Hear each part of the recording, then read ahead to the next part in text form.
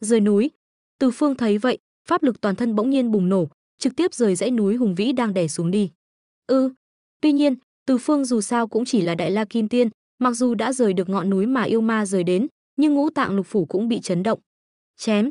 Nhân cơ hội này, Từ Phương bất chấp thương thế, quỷ sướng bay ra. Chém. Trong tiếng quát, quỷ sướng tỏa ra hung quang ngập trời, trực tiếp chém vào thân thể yêu ma. Ánh sáng mấu lập tức vỡ vụn. Tìm chết. Yêu ma nổi giận gầm lên, trong mắt lóe lên hung quang.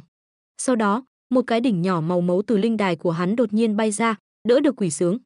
Mà Tôn Ngộ Không bên kia thì mắt đỏ ngầu, đường đường là Tế Thiên Đại Thánh, khi nào lại chịu thiệt thòi như vậy. Hừ.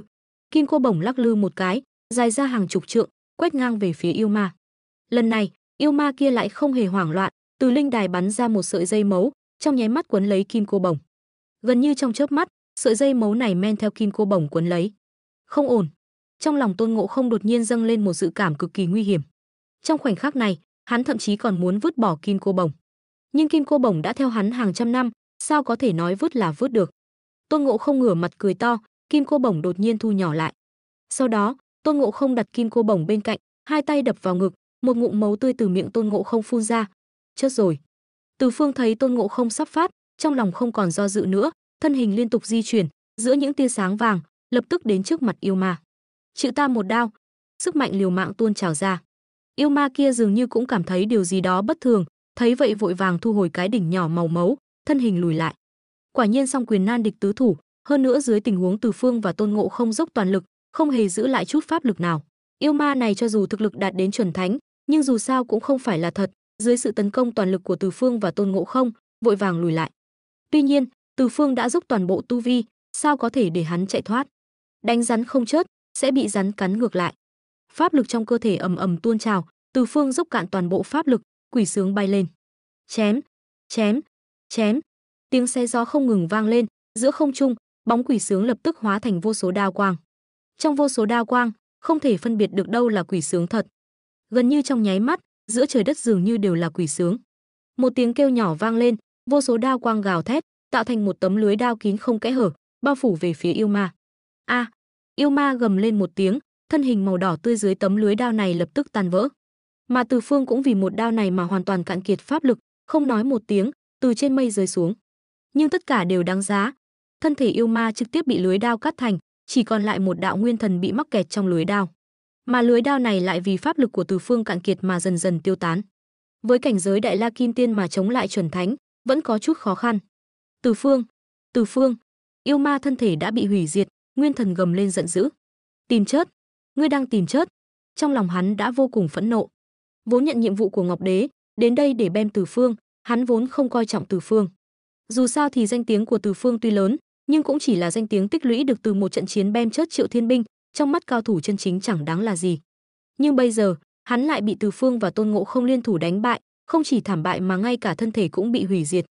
Hận ý này ngập trời. Chỉ tiếc, kẻ sắp chết là ngươi. Mà Tôn Ngộ Không bên kia nhanh tay lẹ mắt, kim cô bổng quét qua, đỡ lấy thân thể đang rơi xuống của Từ Phương, sau đó đặt hắn xuống đất. Tiếp đó, thân hình Tôn Ngộ Không đột nhiên bay lên không trung, nhân lúc lưới đao chưa biến mất, kim cô bổng hung hăng đập xuống. Yêu hầu. Nguyên thần của yêu ma bị mắc kẹt trong lưới đao, vốn đã không thể thoát khỏi sự trói buộc của lưới đao, mà ngay sau đó kim cô bổng lại ập đến. Hối hận vì không có thân thể sao? Vậy thì dùng thân thể của ngươi để bù đắp. Nguyên thần yêu ma cười lạnh, lao thẳng về phía kim cô bổng không hề né tránh. Hắn muốn cướp đoạt thân thể của Tôn Ngộ Không. Ban đầu, giữa Từ Phương và Tôn Ngộ Không, thân thể tốt hơn để đoạt xá là Từ Phương. Nhưng thực lực của Từ Phương không phải tầm thường, các loại pháp thuật thần thông liên tục xuất hiện, yêu ma này nhất thời không chắc chắn được Từ Phương thực sự cạn kiệt pháp lực hay là đang giả vờ.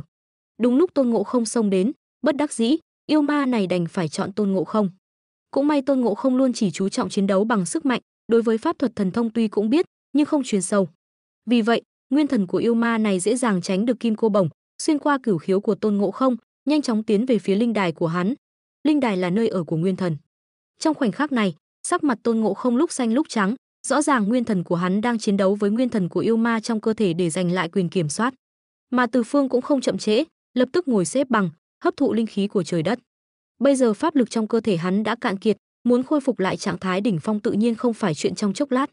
Nhưng khôi phục một chút pháp lực để mở ra không gian của mình thì rất dễ dàng. Mà hắn cần làm chính là khôi phục một chút pháp lực, mở ra không gian là được rồi. Bởi vì trong không gian này, hắn là chủ. Thu.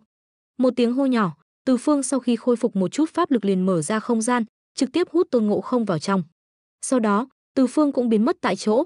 Trong không gian, hai nhóm người đang đối đầu.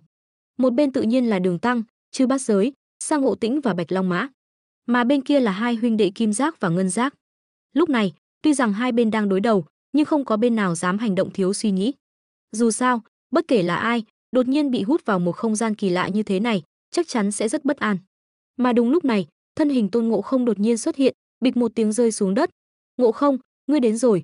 Đây là nơi nào?" Đường Tăng vừa thấy Tôn Ngộ Không liền mừng rỡ, vội vàng tiến lên nắm lấy tay hắn, hỏi dồn dập. "Ngộ Không, dừng tay." Tuy nhiên, đúng lúc này, Từ Phương cũng tiến vào không gian. Nhìn thấy cảnh Đường Tăng nắm lấy tay Tôn Ngộ Không, lập tức biến sắc. Bởi vì lúc này, yêu ma và nguyên thần của Tôn Ngộ Không đang tranh giành thân thể, đã đến thời khắc quan trọng. Tu vi của Tôn Ngộ Không vốn đã thấp hơn yêu ma một đại cảnh giới, hơn nữa Tôn Ngộ Không thường ngày chủ yếu luyện tập sức mạnh chứ không phải nguyên thần. Lúc này, bị Đường Tăng nắm lấy tay, trực tiếp khiến tâm thần Tôn Ngộ Không dao động. Ha ha ha, cơ hội tốt. Trong linh đài của Tôn Ngộ Không, yêu ma thấy nguyên thần của Tôn Ngộ Không dao động liền mừng rỡ, nhân cơ hội đẩy nguyên thần của Tôn Ngộ Không ra khỏi linh đài, chiếm đoạt thân thể của hắn. Còn nguyên thần của Tôn Ngộ Không thì trong khoảnh khắc này hóa thành một quả cầu ánh sáng, tiến vào cơ thể của Đường Tăng. Đáng chớt. Từ Phương thấy vậy, lập tức biến sắc, trực tiếp triệu hồi nguyên thần, tiến vào thân thể của Tôn Ngộ Không, muốn tiêu diệt nguyên thần của yêu ma. Trong không gian này, pháp lực của hắn có thể nói là vô tận, hoàn toàn không lo lắng sẽ cạn kiệt nữa. Đồng thời, trong cơ thể Từ Phương lóe sáng, phân thân xuất hiện, hai bên cùng lúc tiến vào cơ thể của Đường Tăng, muốn tìm ra nguyên thần của Tôn Ngộ Không, đưa trở lại thân thể của hắn. Chỉ tiếc, trong cơ thể Đường Tăng, Từ Phương lại thấy hai quả cầu ánh sáng nguyên thần giống hệt nhau. Từ Phương không thể phân biệt được hai luồng sáng, luồng nào thuộc về Tôn Ngộ Không. Tuy nhiên, việc cấp bách lúc này là đưa nguyên thần của Ngộ Không trở lại thể xác. Sau khi suy nghĩ một chút, Từ Phương liền chộp lấy luồng sáng có vẻ mạnh hơn. Thế nhưng, điều kỳ lạ đã xảy ra. Luồng sáng vừa được đưa vào cơ thể Ngộ Không, bỗng nhiên vang lên tiếng tụng niệm, chỉ trong nháy mắt đã hoàn toàn áp chế nguyên thần của yêu ma, không cho nó cơ hội nhúc nhích. Chuyện gì thế này? Từ Phương ngẩn người. Nguyên thần của Ngộ Không lại mạnh mẽ đến vậy sao? Nếu thế, tại sao trước đó lại bị yêu ma đẩy ra khỏi linh đài? Đang lúc Từ Phương băn khoăn về sự mạnh mẽ đột ngột của nguyên thần Ngộ Không, hắn lại bị phân thân của mình thu hút. Như đã nói trước đó, nguyên thần của Từ Phương đã nhập vào thể xác Ngộ Không để chống lại nguyên thần yêu ma, còn phân thân của hắn thì nhập vào thể xác Đường Tăng để lấy nguyên thần của Ngộ Không. Nói cách khác, lúc này trong linh đài của Ngộ Không có tới 4 nguyên thần, của chính Ngộ Không, của yêu ma, của Từ Phương và của phân thân Từ Phương. Khi nguyên thần Ngộ Không vang tiếng tụng niệm, trấn áp hoàn toàn nguyên thần yêu ma, phân thân của Từ Phương bỗng nhiên động đậy. Hắn cảm nhận được phân thân của mình có khát khao mãnh liệt đối với nguyên thần yêu ma, dường như trong đó có thứ gì đó cực kỳ hấp dẫn, khiến phân thân muốn nuốt chửng nó. Chẳng lẽ trong nguyên thần yêu ma có thứ gì đó hấp dẫn phân thân? Từ Phương trầm ngâm một lát, lập tức điều khiển phân thân nuốt chửng nguyên thần yêu ma, rồi mang phân thân rời khỏi thể xác Ngộ Không. Giờ đây, trong thể xác Ngộ Không chỉ còn lại nguyên thần của chính hắn. Theo sự rời đi của Từ Phương, Ngộ Không ngã xuống đất, nằm cạnh Đường Tăng. Từ Phương không kịp để ý đến hai người họ, vì họ chỉ bị tổn thương nguyên thần, giờ nguyên thần đã về chỗ cũ, chẳng mấy chốc sẽ tỉnh lại. Điều hắn thực sự quan tâm là phân thân của mình. Sau khi phân thân nuốt chửng nguyên thần yêu ma, phần lớn suy nghĩ và tu vi của yêu ma đã được phân thân hấp thụ hoàn toàn. Nói cách khác, giờ đây toàn bộ năng lực của yêu ma, bao gồm cả cảnh giới tu vi, đã giúp phân thân của Từ Phương đạt đến đỉnh cao Đại La Kim Tiên. Bí pháp mà yêu ma sử dụng trước đó, tự nhiên cũng được phân thân học được. Khi cần thiết, Từ Phương thậm chí có thể sử dụng bí pháp này để cưỡng ép tăng tu vi, cái giá phải trả là thọ nguyên và pháp lực. Điều này không quan trọng, đạt đến Đại La Kim Tiên, thọ nguyên dài hơn, tổn thất gần như không đáng kể. Pháp lực tiêu hao mới là điều Từ Phương quan tâm. Hèn chi yêu ma sau khi dùng bí pháp tăng tu vi thì chẳng bao lâu sau đã kiệt sức, hóa ra là do di chứng của bí pháp này. Bí pháp này được gọi là Lượng Thiên Chiến Kỷ, là một loại bí pháp cực kỳ mạnh mẽ, có 3 tầng. Tiếc là yêu ma chỉ tu luyện được tầng thứ nhất, chỉ có thể tăng tu vi. Nhưng điều này không làm khó được Từ Phương, với sự hỗ trợ của hệ thống điểm danh, hắn có thể dễ dàng học toàn bộ bí pháp. Khi thực sự hiểu được sức mạnh của bí pháp này, Từ Phương mới nhận ra việc hắn và Ngộ Không có thể đánh bại yêu ma thật sự là may mắn. Yêu ma này ngoài Lượng Thiên Chiến Kỷ, còn sở hữu một loại pháp tắc hoàn chỉnh, pháp tắc thời gian. Nói một cách đơn giản, yêu ma này có thể điều khiển thời gian. Chỉ tiếc là hắn lĩnh ngộ pháp tắc thời gian chưa lâu, mới chỉ chạm đến ngưỡng cửa, chưa thể phát huy hết giá trị. Giờ đây, Từ Phương lại được lợi, lần này thu hoạch lớn rồi. Từ Phương rất hài lòng, lập tức điều khiển phân thân hấp thụ toàn bộ pháp lực và công pháp của yêu ma. Tuy nhiên, đúng lúc này, phân thân lại như bị quá tải, tự động ẩn vào linh đài của Từ Phương, mặc cho hắn triệu hồi thế nào cũng chìm vào giấc ngủ. Chẳng lẽ quá tải rồi? Từ Phương trầm ngâm một lát, kiểm tra phân thân một lần nữa, không thấy gì bất thường, liền tạm thời không quan tâm nữa. Dù sao phân thân cũng ở trong linh đài của hắn, đang tiêu hóa thực lực của yêu ma, không phải chuyện xấu. Nhưng điều Từ Phương không ngờ tới là, một ý nghĩ nhỏ bé hôm nay lại gây ra không ít rắc rối cho hắn sau này. Đương nhiên, đó là chuyện sau này. Bên kia, Ngộ Không và Đường Tăng đã tỉnh lại, hai người nhìn nhau, vẻ mặt khó tin. Lúc này, Từ Phương cũng đã xử lý xong vấn đề của phân thân, nhìn thấy trạng thái của Đường Tăng và Ngộ Không, trong lòng chợt động. Hai người này có vẻ không ổn. Sư huynh, chuyện gì đã xảy ra? Đường Tăng lên tiếng.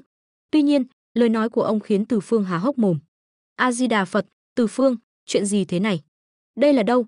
Ngộ Không cũng lên tiếng. Từ Phương bỗng cảm thấy đau đầu.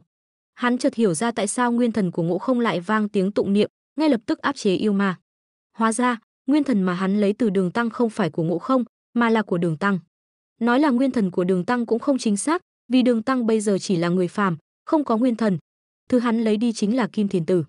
Dù Kim Thiền Tử đã chuyển sinh 10 kiếp, nhưng dù sao cũng là người được Phật tổ Như Lai chỉ định đi Tây Thiên thỉnh kinh. Phật môn không thể không để lại chút hậu chiêu. Nguyên thần của Kim Thiền Tử bị phong ấn trong cơ thể Đường Tăng chính là hậu chiêu của Phật môn. Kim Thiền Tử tu luyện ở Linh Sơn không biết bao nhiêu năm, tinh thông Phật pháp, pháp lực thâm hậu. Yêu ma kia tiêu hao quá nhiều, nên dễ dàng bị nguyên thần của Kim Thiền Tử trấn áp. Mẹ kiếp, hèn chi Phật môn lại chắc chắn Đường Tăng sẽ an tâm thỉnh kinh. Lúc này, Từ Phương cũng hiểu ra một số chuyện. Đường Tăng là người phàm, thành tâm với Phật môn, nhưng lại không mặn mà với việc thỉnh kinh. Nếu không phải ý của Phật môn và Đường Thái Tông, Đường Tăng tuyệt đối sẽ không dấn thân vào con đường thỉnh kinh này. Hậu chiêu của Phật môn chính là đề phòng trường hợp này. Một khi Đường Tăng thực sự quay về đại đường, không muốn thỉnh kinh nữa, Phật môn chắc chắn sẽ đánh thức ký ức của Kim Thiền Tử trong cơ thể Đường Tăng, khi đó ký ức của kiếp này sẽ bị xóa sạch. Hãy thử nghĩ xem, Kim Thiền Tử tu hành bao nhiêu năm, nguyên thần mạnh mẽ vô cùng, đối với những yêu quái trên đường Tây Thiên, thực sự là một nguồn dinh dưỡng dồi dào. Có lẽ ăn một miếng thịt Đường Tăng là có thể trường sinh bất lão, chính là do trong cơ thể Đường Tăng có nguyên thần của Kim Thiền Tử, từ đó lời đồn đại cứ thế lan truyền. Ăn không phải thịt của Đường Tăng, mà là nguyên thần và tu vi của Kim Thiền Tử, sao có thể không trường sinh bất lão được? Đương nhiên, hiện tại tuy Từ Phương đã hiểu rõ mọi chuyện, nhưng vấn đề mấu chốt cũng xuất hiện. Nguyên thần của Ngộ Không và Đường Tăng đã hoán đổi cho nhau, giờ đã dung hợp, nếu muốn đổi lại, thành thật mà nói, Từ Phương không làm được. Rõ ràng, với năng lực của Ngộ Không cũng không làm được, nếu không thì đã chẳng đứng nhìn Đường Tăng chân chối thế này. Còn Đường Tăng, ông tuy có nguyên thần của Kim Thiền Tử, nhưng kỹ năng chưa khôi phục, không thể vận dụng pháp môn, tự nhiên cũng không thể dùng sức. Chẳng lẽ sau này phải để Ngộ Không mang thân xác Đường Tăng đi Tây Thiên thỉnh kinh? Từ Phương cảm thấy đau răng. Hãy tưởng tượng xem, Ngộ Không cưỡi bạch mã, lại nhảy với Đường Tăng, A Di Đà Phật, yêu quái này ta không xuống tay được. Còn Đường Tăng thì đứng chắn phía trước, vác thiết bảng, sắn tay áo, tức giận nói, mẹ kiếp, sao ngươi không xuống tay được? Một gậy đánh xuống là xong mà. Thậm chí sau này, nếu gặp yêu quái chặn đường, Ngộ Không cứ co rúm lại phía sau, còn Đường Tăng thì cầm gậy xông lên, hung dữ nói, ta muốn xem, ai muốn ăn thì ta. Đường Tăng tuy bị đổi nguyên thần là Kim Thiền Tử, nhưng dù sao nguyên thần này cũng bị phong ấn, ký ức vẫn là của Đường Tăng. Nghĩ đến việc Ngộ Không và Đường Tăng hoán đổi thân xác, sau này trên đường thỉnh kinh có thể sẽ xuất hiện những tình huống như vậy, Từ Phương liền dùng mình. Tuy nhiên, hiện tại thân xác và nguyên thần của hai người đã dung hợp, với tu vi hiện tại của Từ Phương, không thể cưỡng ép đổi lại. Thôi, sau này đến Tây Thiên tìm Như Lai vậy. Từ Phương thở dài, nhìn vẻ mặt của Ngộ Không và Đường Tăng, thản nhiên nói, giờ dù là ta hay Ngộ Không đều không thể đổi lại cho hai người. Thật ra không đổi cũng tốt. Lúc này, Ngộ Không lại tỏ ra thoải mái, dường như hắn cũng nghĩ đến những chuyện có thể xảy ra trên đường thỉnh kinh sau này. Sau này lão Tôn sẽ mang hình dáng đầu chọc này đi thỉnh kinh, ta muốn xem có yêu quái nào dám bắt ta. Những tình huống mà Từ Phương lo lắng sắp trở thành hiện thực. Đúng lúc này, Từ Phương bỗng nghe thấy tiếng nói lý nhí bên cạnh, quay đầu lại thì thấy Kim Giác và Ngân Giác đang lúng túng nhìn mình. Ta tên là Từ Phương, không phải Từ Từ. Từ Phương thở dài, nói, hai ngươi tại sao lại dính vào chuyện này? An phận lập công chuộc tội không được sao? Hắc hắc, sư huynh cũng thấy rồi đấy. Nếu không, lão Tôn đã sớm một gậy đánh chết hai tên nhóc này rồi. Ngộ Không trong thân xác Đường Tăng cũng lên tiếng cười lạnh.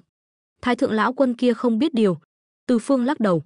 Tuy ngoài miệng trách móc, nhưng trong lòng hắn biết rõ, Kim Ngân nhị đồng tử chỉ là vật hy sinh trong cuộc đấu đá giữa Phật, đạo, thậm chí cả Ngọc Đế, nguồn cơn vẫn là do mâu thuẫn giữa Phật và đạo. Giờ hắn đã tha mạng cho hai tên này, dù sao lão quân cũng phải nợ hắn một ân tình. Đi thôi, sư phụ của các ngươi chắc sắp đến đón rồi. Từ Phương phẩy tay, sau đó đưa mọi người ra khỏi không gian trong tay áo. Cảnh vật trước mắt thay đổi, mọi người thấy mình đã ra khỏi không gian kỳ lạ kia. Là đống đổ nát của Bình Đỉnh Sơn và một đạo sĩ mặc áo bào vàng, chính là Thái thượng lão quân. Thật sự là lão quân không thể không đến. Lần này, ông ta và Ngọc Đế liên thủ phản công Phật môn, kết quả trong nháy mắt, người mà Ngọc Đế phái đi đã chết. Hai tiểu đồng của ông ta cũng sống chết chưa rõ. Quan trọng nhất là mấy món bảo bối của ông ta, Thất Tinh kiếm, Tử Kim Hồ Lô, Dương Chi Ngọc Tịnh Bình, Hoàng Kim Thằng, Quạt Ba Tiêu. Lấy ra món nào cũng là linh bảo hậu thiên, thậm chí trong đó còn có 2 món tiên thiên linh bảo. Bảo bối cấp bậc này, ngay cả lão quân cũng không có nhiều. Mà theo tính cách của nhóm 5 người thỉnh kinh, e rằng không ai nghĩ đến việc trả lại bảo bối cho ông ta. Hơn nữa, nếu ông ta không xuất hiện, mấy món bảo bối này không lấy lại được thì thôi, còn bị tên đầu chọc bên Phật môn kia tìm đến. Lần này nghe theo lời Ngọc Đế, kết quả lại bị Ngọc Đế gờ cho một vố. Vì vậy, với tâm trạng muốn vớt vát thiệt hại, Thái thượng lão quân đã đến. Ông ta cũng biết Từ Phương đã học được phép thuật tú lý càn khôn ở chỗ Trấn Nguyên Tử. Ông ta quen biết Trấn Nguyên Tử đã không biết bao nhiêu vạn năm, đương nhiên hiểu rõ sự ảo diệu của tú lý càn khôn, liền ở đây chờ đợi. Bái kiến sư phụ. Vừa thấy lão quân, Kim Ngân nhị đồng tử liền quỳ xuống. Lão quân trong lòng khẽ động, ánh mắt nhìn về phía Từ Phương. Hai tiểu đồng này có thể giữ được mạng, chắc là do Từ Phương đang tỏ thiện chí. Xem ra mấy món bảo bối này sẽ không bị đòi lại. Dù sao Từ Phương tuy nợ ân tình của người khác, nhưng giờ giữ lại mạng cho hai tiểu đồng đã coi như là một ân tình rồi. Mà muốn bảo vệ thì phải có nhân quả khác. Một ly một chén gọi là đạo. Từ thần tướng, đại thánh, xin dừng bước. Lão quân không để ý đến hai tiểu đồng đang quỳ lại, mà tươi cười đi đến trước mặt Từ Phương và Ngộ Không. Đương nhiên, Ngộ Không bây giờ thực chất là Đường Tăng. Ngộ Không trong thân xác Đường Tăng cười lạnh một tiếng, không đợi Từ Phương lên tiếng liền nói, lão già này còn giả vờ cái gì? Tình trạng của lão tôn bây giờ, ngươi không thể nào không biết. Cái gì? Lão quân rõ ràng ngẩn người. Thế có trời đất chứng giám, những chuyện xảy ra trong không gian của Từ Phương, ông ta thật sự không biết. Vừa rồi ông ta còn thấy lạ, tại sao thiết bảng của Ngộ Không lại nằm trên vai Đường Tăng. Giờ nghe câu này, tự nhiên càng thêm khó hiểu. Lão già này còn giả ngu. Ngộ Không quát. Tuy nhiên, Từ Phương lại đưa tay ngăn Ngộ Không lại, mỉm cười nói, lão quân đừng trách, sư đệ của ta gặp chút chuyện, tâm trạng không tránh khỏi kích động. Rốt cuộc đã xảy ra chuyện gì? Thấy Từ Phương đưa tay ngăn Đường Tăng lại, còn gọi là sư đệ, lão quân càng thêm khó hiểu. Từ Phương liền kể lại chuyện nguyên thần của hai người đã hoán đổi cho nhau. Hắn cũng là sau khi cân nhắc mới quyết định nói chuyện này cho lão quân biết. Bởi vì dựa vào thủ đoạn và thực lực của hắn, muốn đổi lại nguyên thần của Ngộ Không và Kim Thiền Tử có chút khó khăn. Dù sao nguyên thần của Kim Thiền Tử đã bị Phật môn phong ấn, trên đó có ấn pháp của Phật môn. Mà Từ Phương tuy có năng lực giải trừ cấm chế của Phật môn, nhưng hắn không thể dễ dàng ra tay. Nhỡ đâu sơ ý làm chết linh hồn của Đường Tăng, rồi thả Kim Thiền Tử ra, thì cuộc hành trình thỉnh kinh này còn tính sao nữa. Hắn dù sao cũng không phải người của Phật môn, tự ý làm chuyện này chung quy là không ổn. Mà Thái thượng lão quân dù sao cũng là một người thích hợp để đổ tội. Nếu ông ta có bản lĩnh giải quyết chuyện này, Từ Phương không ngại trả lại Kim Ngân nhị đồng tử cùng mấy món bảo bối cho lão quân. Đối với hắn, mấy món bảo bối này tuy tốt, nhưng cũng không đến mức phải có bằng được. Muốn bảo bối, trên đường Tây Du nhiều vô kể. Hơn nữa, bản thân hắn bây giờ cũng đã học được cách luyện bảo bối, phương pháp luyện bảo bối còn học được từ tay lão quân. Từ thần tướng, ngươi đúng là làm khó lão đạo rồi. Nghe Từ Phương kể lại mọi chuyện, lão quân không khỏi cười khổ, lắc đầu. Ông ta đương nhiên hiểu rõ ý đồ của Từ Phương. Phật pháp truyền sang Đông Độ, nói cho cùng là chuyện của Phật môn. Con đường này cũng là đi theo con đường của Thông Thiên giáo chủ. Giờ nguyên thần của Đường Tăng xảy ra vấn đề, đây là trách nhiệm của Phật môn. Từ Phương không muốn tự mình ra tay, mà nói chuyện này cho ông ta biết, không gì khác là vì đã nắm trong tay Kim Ngân nhị đồng tử cùng mấy món bảo bối trong tay bọn họ, để đổi lấy việc ông ta hoán đổi nguyên thần của Ngộ Không và Đường Tăng. Nhưng làm như vậy, chẳng khác nào ông ta thay Phật môn giải quyết chuyện này. Tuy đối với Phật môn không có tổn thất gì, nhưng trong thời kỳ Phật đạo tranh đấu này, bất kỳ hành động nào của đạo môn đều sẽ bị Phật môn coi là khiêu khích. Như Lai có đồng ý sao? Tuy lão quân hiểu rõ lợi hại trong đó, nhưng ông ta không thể từ chối. Đây là dương mưu của Từ Phương, ta nói hết mọi chuyện cho ngươi, để ngươi tự mình lựa chọn. Mà sự lựa chọn này, thực chất là sự lựa chọn mà ngươi không thể từ chối. Dù sao nếu lão quân từ chối, Từ Phương tự nhiên có cớ, cũng có lý do không trả lại Kim Ngân nhị đồng tử cùng bảo bối trong tay bọn họ. Đương nhiên, với thân phận của lão quân, cũng không đến mức coi trọng mấy món bảo bối này. Nhưng dù sao cũng đại diện cho thể diện của đạo môn, nên lão quân rơi vào thế tiến thoái lưỡng nan. Từ thần tướng, ngươi đúng là làm khó lão đạo rồi. Lão quân cười bất đắc dĩ. Từ Phương lại xua tay, nói, ngài là thánh nhân, chuyện này chỉ có người ở cấp bậc như ngài mới gánh vác được, vãn bối không làm được. Hai, thở dài một tiếng, lão quân nói, thôi được, lão đạo đã gặp chuyện này, thì giải quyết luôn vậy. Lão quân là một trong tam thanh thánh nhân, thủ đoạn thông thiên, biến hóa khôn lường, Việc hoán đổi nguyên thần của Ngộ Không và Đường Tăng tự nhiên dễ như trở bàn tay. Sau khi hoán đổi nguyên thần cho hai người, lão quân mang theo Kim Ngân nhị đồng tử cùng mấy món bảo bối rời đi. Lúc đi, còn tiện thể để lại cho Đường Tăng chút tiếc nuối.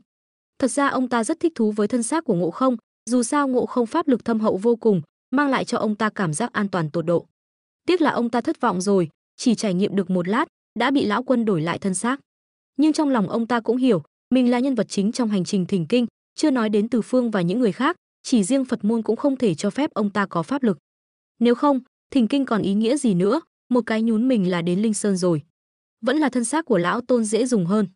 So với đó, Ngộ Không bây giờ đương nhiên vui mừng khôn xiết. Vừa rồi trải nghiệm thân xác phàm nhân, khiến Ngộ Không bức bối hơn cả bị nhốt dưới Ngũ Hành Sơn. Tuy trước khi bái sư học nghệ ở Phương Thốn Sơn, hắn cũng không có pháp lực, nhưng thời gian đã trôi qua gần 1000 năm. Có câu từ nghèo sang giàu dễ, từ giàu sang nghèo khó. Khi chưa có thứ gì đó, ngươi không cảm thấy nó quan trọng đến mức nào. Nhưng một khi đã có rồi lại mất đi, nỗi đau đó còn lớn hơn nhiều so với việc chưa từng có. Thôi, đừng đắc ý nữa. Từ Phương mỉm cười nhìn Ngộ Không, nói, giờ Bình Đỉnh Sơn đã thành đống đổ nát, chúng ta vẫn nên lên đường sớm thôi. Ngộ Không gật đầu, được, lão tôn đi dò đường. Khỉ như mây, chẳng mấy chốc đã nhảy lên đầu mây, biến mất không thấy. Khoảng một nén nhang sau, Ngộ Không cưỡi mây bay về. Phía trước, cách đây khoảng vài chục dặm, có một ngôi chùa. Chùa. Đường Tăng ngẩn người, nỗi buồn trong lòng cũng vơi đi vài phần. Dù sao chùa chiền cũng là địa bàn của Phật môn. Đến chùa cũng có nghĩa là có thể dựa vào thân phận tăng nhân của Phật môn để xin cơm chay. Như vậy ít nhất cũng có thể an ủi bản thân một chút. Chúng ta mau đến đó thôi. Đến chùa trước nghỉ chân, nếu không trời tối lại phải ngủ ngoài trời. Đường Tăng cưỡi bạch mã, cả nhóm đi về phía trước. Vài chục dặm đường, chớp mắt đã đến. Ngẩng đầu nhìn lên, thấy giữa rừng thông bách rậm rạp phía trước có một ngôi chùa. Ngôi chùa này là một thiền viện, tên là Xích Kiếm Bảo Lâm Thiền Viện. Chỉ nhìn bề ngoài của thiền viện, tuyệt đối xứng là nguy nga tráng lệ, điện thờ vô số, châu báu lấp lánh, khiến người ta hoa mắt. Xem ra người ở đây rất giàu có. Nhìn thiền viện trước mặt, Từ Phương không khỏi khen một tiếng. Ngộ Không và những người khác cũng gật đầu lia lịa. Hắn nói như vậy tự nhiên là có lý do. Bởi vì tên của thiền viện này là Xích Kiếm Bảo Lâm Thiền Viện. Điều này khác với Quan Âm Thiền Viện trước kia. Quan Âm Thiền Viện tuy cũng châu báu lấp lánh, xa hoa lừng lẫy, nhưng lại là tự phát. Còn Bảo Lâm Thiền Viện có chữ Bảo Lâm này, đại diện cho việc thiền viện được quốc vương ra lệnh xây dựng. Một vị quốc vương phàm nhân lại chịu bỏ tiền xây dựng một ngôi chùa xa hoa như vậy cho tăng nhân, chỉ có thể nói lên hai điều. Thứ nhất, quốc gia giàu có, nếu không thì cũng không có tiền để phung phí như vậy. Thứ hai, quốc vương sùng bái Phật giáo, nếu không thì cũng không thể bỏ tiền xây dựng một thiền viện xa hoa như vậy. Rõ ràng, Đường Tăng và Ngộ Không cũng hiểu rõ đạo lý này, đặc biệt là Đường Tăng, càng thêm mừng thầm. Một quốc gia giàu có và sùng bái Phật giáo như vậy, mình lại là thánh tăng của Phật môn, đến đây chẳng phải sẽ được coi như Phật sống mà cung phụng sao? Cuộc sống sắp được cải thiện rồi. Thật ra từ đây cũng có thể thấy được, Đường Tăng thật sự rất vô tư. Vừa rồi còn đang tiếc nuối vì không có pháp lực, ngay sau đó đã bị quốc gia phồn hoa phú quý này thu hút, bởi vì cuộc sống sắp được cải thiện rồi. Lão Tôn đi gọi cửa. Quả nhiên người ta vẫn thường nói khỉ vội khỉ vàng. Cả nhóm đến cửa thiền viện, Ngộ Không liền nôn nóng muốn gọi cửa. Tuy nhiên, lúc này Đường Tăng lại vội vàng gọi Ngộ Không lại. Ngộ Không, khoan đã, để bần tăng tự mình đến. Đùa gì chứ, vất vả lắm mới đến được một quốc gia giàu có, mình nhất định phải nắm chắc cơ hội này. Với bộ dạng đủ sức dọa trẻ con khóc của Ngộ Không, nhỡ đâu bị hòa thượng trong thiền viện coi là dị loại, người ta đóng cửa không ra thì sao? Chẳng lẽ lại phải ngủ ngoài trời? Nói cho cùng, bần tăng đẹp trai, bần tăng ra mặt. Ngươi, con khỉ này, xấu xí, ngươi nhớ đứng phía sau. Về mặt nhan sắc, Đường Tăng rất thân thiện gọi thêm Từ Phương, người có nhan sắc đạt tiêu chuẩn trong nhóm 5 người thỉnh kinh, cùng đi.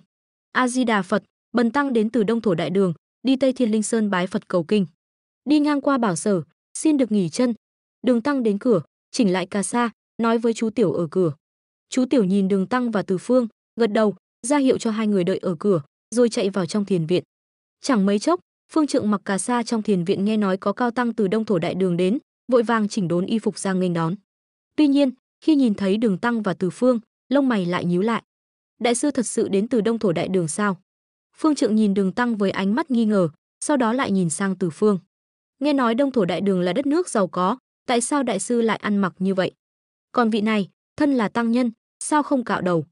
Thành thật mà nói, vị Phương Trượng này có chút không tin Đường Tăng, không ưa Đường Tăng. Điều này cũng dễ hiểu. Từ Phương chưa bái sư, nói đúng ra không phải người của Phật môn, tự nhiên sẽ không cạo đầu. Còn Đường Tăng thì thật sự đáng thương, từ khi rời khỏi Đông Thổ Đại Đường, quần áo ông ta mang theo cũng chỉ là 2 bộ cà sa mà Đường Thái Tông tặng. Mà giờ đã rời khỏi đại đường được 2-3 năm rồi, đi đường xa như vậy, lúc nào cũng gặp yêu ma trong núi sâu rừng già. Ngộ Không cũng cố ý TR đường tăng, chọn đường đi toàn là những nơi hoang vu hẻo lánh. Trong trường hợp này, quần áo trên người đường tăng có thể tưởng tượng được. 3 năm chưa thay đồ mới, có câu đồ mới 3 năm, vá víu 3 năm vẫn mặc được. Đường tăng tuy trắng trẻo mập mạp, nhan sắc đạt chuẩn, nhưng không chịu nổi bộ cà sa vá víu này, nên nhan sắc và khí chất bị kéo xuống. Cũng khó trách vị phương trượng này lại nghi ngờ lời nói của đường tăng. Dù sao Đông Thổ Đại Đường cũng nổi tiếng giàu có, hòa thượng đến từ Đông Thổ Đại Đường mà lại nghèo nàn thế này. Nói nhảm gì vậy? Chúng ta nói đến từ Đại Đường chính là đến từ Đại Đường. Mau chuẩn bị trai giới. Đường tăng còn chưa lên tiếng, Từ Phương đã tiến lên một bước, túm lấy vạt áo của phương trượng, quát: tăng nhân Phật môn mà lại coi thường người khác như vậy, còn chút lòng từ bi nào của Phật môn không? Có lẽ bản thân Từ Phương cũng không nhận ra, sau khi luyện thành phân thân, nói đúng ra là sau khi phân thân hấp thụ nguyên thần của yêu ma huyết xích, tính tình của hắn cũng đang dần thay đổi, trở nên nóng nảy. Nếu là bình thường, hắn tuyệt đối không thể nổi giận như vậy. Sự thay đổi này không phải đột ngột, mà là một ảnh hưởng tiềm tàng, ngay cả Từ Phương cũng không nhận ra. Thấy Từ Phương nổi giận, Đường Tăng im lặng, ngầm đồng ý với hành động của Từ Phương. Có lẽ trong lòng ông ta cũng bị vị phương trượng coi thường người khác này chọc giận đến mức không còn từ bi nữa. Các tăng nhân đi theo sau phương trượng đều nổi giận. Tuy nhiên, phương trượng lại vội vàng xua tay, ra hiệu cho chúng tăng lui xuống. Bởi vì ông ta phát hiện trên người Từ Phương có chút sát khí. Người trong Phật môn rất nhạy cảm với sát khí trên người Từ Phương. Tên này chắc chắn không phải tăng nhân Phật môn, nếu không sao lại có sát khí nồng nặc như vậy. Tuy nhiên, ông ta không dám đắc tội với Từ Phương. Dù sao trong thiền viện đều là tăng nhân phàm tục, mà tên này vừa nhìn đã biết là người không dễ chọc. Mục đích của đối phương chỉ là nghỉ chân, ông ta cũng không cần thiết gây chuyện. Lập tức, phương trượng vội vàng xin lỗi Từ Phương và Đường Tăng, sau đó nhiệt tình mời mọi người vào thiền viện nghỉ ngơi. Đối với ông ta, mấy người đến nghỉ chân này dù sao cũng chỉ là khách qua đường, chỉ cần không làm hại tăng nhân trong chùa, thì mặc kệ có phải đến từ Đông Thổ Đại Đường hay không. Đêm đó, nhóm Từ Phương liền nghỉ lại trong chùa này. Trong nhóm 5 người thỉnh kinh, vui vẻ nhất tự nhiên là Đường Tăng và Chư Bát Giới. Đường Tăng không cần phải nói, là phàm nhân, ngày thường nhiều nhất cũng chỉ ăn rau dưa cơm gạo. Giờ đột nhiên đến Bảo Lâm thiền viện giàu có, chùa chiền liên tiếp dọn lên 18 món chay không trùng lặp, khiến Đường Tăng nhìn đến ngẩn ngơ. Còn lão Chư, thân là Thiên Bồng Nguyên Soái, một bữa tối đã ăn hết nửa năm lương thực dự trữ của Bảo Lâm thiền viện. Thật ra đây cũng là lần đầu tiên lão Chư ăn no kể từ khi bắt đầu thỉnh kinh.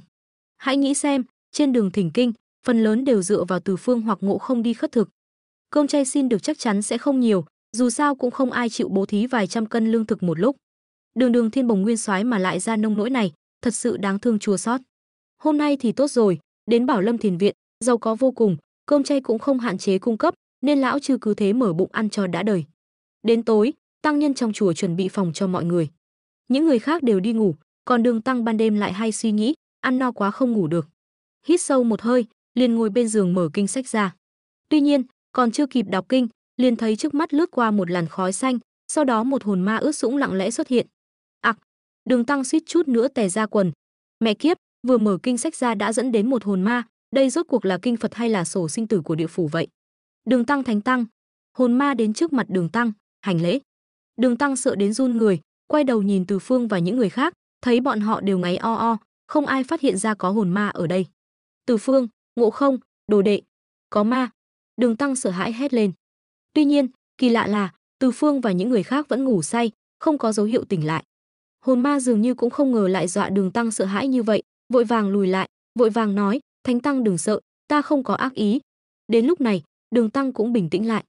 Dù sao mình đã la hét ầm ĩ như vậy, mà Từ Phương và Ngộ Không đều không tỉnh lại, vậy có nghĩa là dù mình làm gì, Từ Phương và Ngộ Không cũng không thể đến giúp mình. Tất cả những điều này chắc chắn là do hồn ma này giở trò. Hồn ma có thể khiến Từ Phương và những người khác không tỉnh lại, thực lực mạnh đến mức nào? Trải qua bao nhiêu kiếp nạn, tâm lý của Đường Tăng cũng trưởng thành hơn. Hơn nữa, thấy hồn ma này đối với mình rất lễ phép, không hề làm hại, Đường Tăng cũng bình tĩnh lại. Ngươi là ai? Tại sao lại tìm Bần Tăng? Đường Tăng hỏi. Hồn ma liền chậm rãi kể lại, nơi này là nước Ok. Ta vốn là quốc vương của nước Ok. 5 năm trước, nước Ok ta hạn hán, dân chúng lầm than. Nghe vậy, Đường Tăng cũng gật đầu, thở dài, người xưa có câu nước thịnh thì trời yên, chắc là năm đó ngươi không quan tâm đến dân chúng, nên mới có tai họa này. Nhưng đã có tai họa, ngươi nên mở kho cứu tế dân chúng, sửa đổi lỗi lầm, đó mới là con đường đúng đắn. Trưởng lão nói đúng. Hồn ma cũng thở dài, nói, năm đó ta thấy quốc khố trống rỗng, lương thực cạn kiệt, nên đã ngừng của văn võ bá quan. Ngay cả ta cũng ngày ngày ăn uống đạm bạc, noi gương các bậc thánh hiền thời xưa, cùng dân chúng vượt qua khó khăn. Đường Tăng không nói gì, lặng lẽ nghe hồn ma kể chuyện. Nói một hồi, Đường Tăng mới hiểu rõ mọi chuyện. Hóa ra hồn ma này là quốc vương nước OK. 5 năm trước, quốc gia đại hạn, vị quốc vương này đi khắp nơi tìm nước trị hạn, hy vọng có thể vượt qua kiếp nạn này. 3 năm trước, từ Trung Nam Sơn đến một đạo sĩ, pháp lực cao cường, có thể hô phong hoán vũ. Quốc vương liền khẩn khoản mời đạo sĩ lên đàn cầu nguyện, quả nhiên trời đổ mưa lớn. Quốc vương mừng rỡ vô cùng, kéo đạo sĩ kết nghĩa huynh đệ. Kết quả, hôm đó đạo sĩ cùng quốc vương đi dạo, bỗng thấy trong một giếng cổ có hào quang phát ra, dường như có bảo vật giấu trong đó. Đạo sĩ xúi giục quốc vương đến xem, rồi nhân lúc quốc vương quay lưng lại với mình, đẩy ông ta xuống giếng, sau đó dùng tấm đá đậy miệng giếng lại, khiến quốc vương ở dưới nước làm thủy quỷ 3 năm. Hôm nay, ông ta được Dạ Du thần báo mộng, nói có cao tăng đại đường đến đây, dưới trướng có thần tướng trảm yêu trừ ma Tề Thiên đại thánh, Thiên Bồng Nguyên soái và Quyền Liêm tướng quân, nhất định có thể cứu ông ta. Vì vậy, ông ta mới vào mộng cầu cứu. Nói xong, Đường Tăng bỗng nhiên tỉnh giấc. Nhìn kinh sách đang mở trước mặt, Đường Tăng dụi mắt, ngẩng đầu nhìn ra ngoài cửa sổ, nào có bóng dáng hồn ma đâu. Mà Từ Phương và những người khác cũng không hề ngủ. Vừa rồi Bần Tăng lại bị hồn ma đó nhập mộng đến mức này. Đường Tăng tự nhiên biết vừa rồi chỉ là một giấc mơ của mình. Từ Phương, Ngộ Không, vừa rồi Bần Tăng nằm mơ. Đường Tăng sau khi nhận ra mình bị hồn ma báo mộng, liền quay đầu kể lại chuyện này cho Từ Phương và Ngộ Không nghe. Trong nhóm thỉnh kinh, Đường Tăng cũng biết, nếu nói về bản lĩnh, chắc chắn vẫn là Từ Phương đứng đầu. Vì vậy, một khi có chuyện gì, Đường Tăng cũng vô thức bàn bạc với Từ Phương. Còn hai đồ đệ trên danh nghĩa của mình là Lão Chư và Lão Sa, tự nhiên bị Đường Tăng coi như người làm việc vặt. Quỷ vương báo mộng, hơn nữa lại còn biết tên của ta và Ngộ Không. Từ Phương trầm ngâm một lát. Trong nguyên tắc, chuyện quốc vương nước OK bị yêu quái sư tử của Phật môn đẩy xuống giếng chết đuối, Từ Phương tự nhiên nhớ rõ. Nhưng điều khiến hắn bất ngờ là, vị quốc vương này lại biết tên của hắn và Ngộ Không. Rõ ràng mục đích của đối phương là muốn hắn giúp đỡ giành lại vương vị. Phật môn đã loạn rồi, Văn Thù và Phổ Hiền đã chết trong lúc thử thách lòng thành. Giờ yêu quái sư tử này cũng không biết là khảo nghiệm của bên nào. Suy nghĩ một lát, Từ Phương nói, được, chuyện này cứ giao cho chúng ta. Đường trưởng lão, người cứ ở đây chờ. Nói xong, Từ Phương quay đầu nhìn Lão Chư, nói tiếp, Lão Chư, đi với chúng ta một chuyến. Việc vác xác chết, hơn nữa lại là xác chết của người phàm, Từ Phương tự nhiên không thèm làm. Dù sao trong nhóm thỉnh kinh cũng có sẵn người làm việc vặt, không dùng thì phí. Lão Chư không dám phản bác lời của Từ Phương, liền gật đầu, đi theo Từ Phương đến giếng nước bên ngoài. Từ Phương thì nói nhỏ với Ngộ Không vài câu. Ngộ Không gật đầu, sau đó lập tức cưỡi mây bay đi. Chưa đầy một nén nhang, dưới sự chỉ huy của Từ Phương, Lão Chư đã tìm thấy giếng nước đó, 3 chân 4 cẳng vác xác quốc vương lên. Lúc này, Ngộ Không cũng đã từ thiên đình trở về, còn mang theo cửu chuyển hoàn hồn đan của lão quân. Cửu chuyển hoàn hồn đan và cửu chuyển kim đan tự nhiên không phải là cùng một loại đan dược. Công dụng của cửu chuyển hoàn hồn đan chỉ có một, đó là giúp người chết hoàn hồn. Mà loại hoàn hồn này còn có hạn chế, đó là hồn phách của người này phải kết nối với thân xác. Với năng lực của Từ Phương, hắn đương nhiên có thể trực tiếp đến hoàng cung nước OK, bem chất yêu quái sư tử đang chiếm đoạt vương vị. Nhưng sau khi suy nghĩ, Từ Phương đã từ bỏ ý định này. Bởi vì Văn Thù và Phổ Hiền đã chết, mà theo tình hình Ngộ Không đến đâu xuất cung tìm Thái thượng lão quân, rõ ràng lão quân không biết chuyện này. Vậy chỉ có một khả năng, đây vẫn là khảo nghiệm của Phật môn.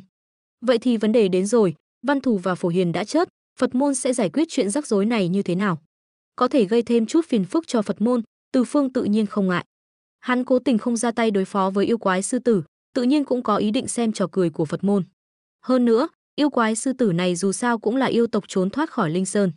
Nếu có thể thu phục hắn, cũng coi như là một trợ lực. Một lát sau, Ngộ Không nhét cửu chuyển hoàn hồn đan vào miệng quốc vương. Hồn phách về vị trí cũ, quốc vương dần dần tỉnh lại. Tuy nhiên, sau khi quốc vương tỉnh lại, kể lại toàn bộ sự việc một cách chi tiết tỉ mỉ, Từ Phương lại tỏ vẻ khinh thường quốc vương, còn đối với yêu quái sư tử lại có chút hảo cảm. Vị quốc vương nước OK này không phải thứ tốt lành gì. Vị quốc vương trước mắt có thể coi là vị vua khai quốc của nước OK. Lúc đó, nơi đây chiến loạn liên miên, chém bem không ngừng. Người này quả là có hùng tài đại lược, sau khi thống nhất chiến loạn liền xưng vương. Quốc dân nước OK cũng rất kính trọng ông ta. Tuy nhiên, dần dần tình hình đã khác. Bởi vì vị quốc vương này là một fan cuồng của Phật giáo. Quốc vương của một đất nước sùng bái một giáo phái, thật ra cũng không phải chuyện gì to tát. Nhưng vị quốc vương này lại sùng bái Phật giáo một cách mù quáng. Sau khi lên ngôi, ông ta đã tiêu tốn rất nhiều tiền của, xây dựng chùa chiền khắp nơi trong nước. Mà nước OK lãnh thổ không rộng lớn, trong nước cũng không giàu có, hơn nữa vừa trải qua chiến tranh, dân chúng chưa được nghỉ ngơi, làm sao chịu nổi sự phung phí của quốc vương này. Thêm vào đó, 5 năm trước, trời hạn hán, ruộng đồng của bách tính không có thu hoạch. Mà quốc vương OK không biết nỗi khổ của dân, vẫn tiếp tục hoang phí vô độ. Cuối cùng, chiến tranh lại bùng nổ. Tiền bạc lương thực trong nước đều bị vị quốc vương cuồng tín này dâng hết cho Phật môn. Gặp hạn hán, không thể cứu trợ, gặp nạn đói, không thể cứu đói. Bách tính phải ăn thịt lẫn nhau, tha hương cầu thực, đó chính là nguyên nhân khiến nước OK lại xảy ra chiến loạn. Tình trạng chiến loạn này kéo dài 2-3 năm, cuối cùng không biết từ đâu đến một lão đạo sĩ, có pháp lực cao cường, có thể hô phong hoán vũ. Cuối cùng, đạo sĩ này ra tay, trời đổ mưa xuống, quốc lực của nước OK cũng dần dần khôi phục, chiến loạn cũng dần dần lắng xuống. Người có công lớn nhất tự nhiên là lão đạo sĩ. Mà có một quy luật mà ai cũng biết, một số quốc vương trong lúc chiến loạn nguy cấp thường thích hứa hẹn xuông. Ví dụ như ta nguyện cùng ngươi cai trị Giang Sơn, nguyện chia cho ngươi một nửa lãnh thổ, nguyện kết nghĩa huynh đệ vân vân. Tóm lại, vị quốc vương này cũng không thoát khỏi quy luật này. Lúc đầu, ông ta đã hứa sẽ cùng lão đạo sĩ cai trị đất nước. Đương nhiên, vì là quy luật, nên những người ít giữ lời hứa nhất thường chính là loại người này. Lời hứa ban đầu là cùng cai trị đất nước, chia một nửa lãnh thổ, kết nghĩa huynh đệ, sau khi chiến tranh kết thúc liền bị quốc vương OK quên sạch. Lão đạo sĩ cũng bị quốc vương OK bỏ mặc. Lão đạo sĩ tự nhiên không cam lòng, nhưng ông ta cũng không trả thù nước OK, bởi vì ông ta hiểu, người có lỗi với mình chỉ có một mình quốc vương OK. Vì vậy, ông ta đã bí mật tìm đến quốc vương OK, lừa ông ta đến bên giếng nước, đẩy xuống giếng. Sau đó, ông ta mới biến thành hình dạng của quốc vương OK, cai trị đất nước, khiến nước OK quốc thái dân an, mưa thuận gió hòa. Quốc dân nước OK có biết yêu quái đã trở thành quốc vương hay không thì không rõ. Nhưng cho dù biết, chắc họ cũng không quan tâm. Dù sao một vị quốc vương tàn bạo và một yêu quái nhân từ có thể khiến mọi người được ăn no, người bình thường chắc chắn biết nên chọn ai. Quốc vương OK này chỉ thấy mình bị hại, mà không nghĩ đến nhân quả của sự việc, tự nhiên sẽ không nói ra những điều bất lợi cho mình. Nhưng điều này không ảnh hưởng đến việc Từ Phương biết được toàn bộ sự việc. Bởi vì quốc vương này là người phàm, Từ Phương bấm đốt ngón tay là có thể biết được tình kiếp và kiếp này của ông ta.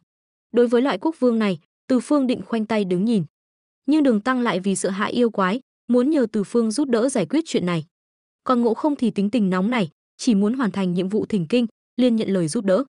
Đối với điều này, Từ Phương không ngăn cản, hắn nhất quyết làm người ngoài cuộc, xem náo nhiệt thôi.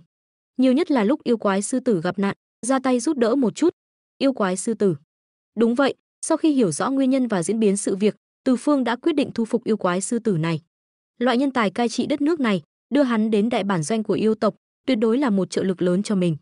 Chuyện của quốc vương OK, mọi thứ đều toát lên vẻ kỳ quái. Từ Phương không định nhúng tay vào chuyện của nhóm Đường Tăng, nên Tôn Ngộ Không liền gánh vác trọng trách. Sáng sớm hôm sau, Tôn Ngộ Không cải trang cho nhà vua thành một tiểu phu, cùng mọi người đi đến hoàng cung nước OK.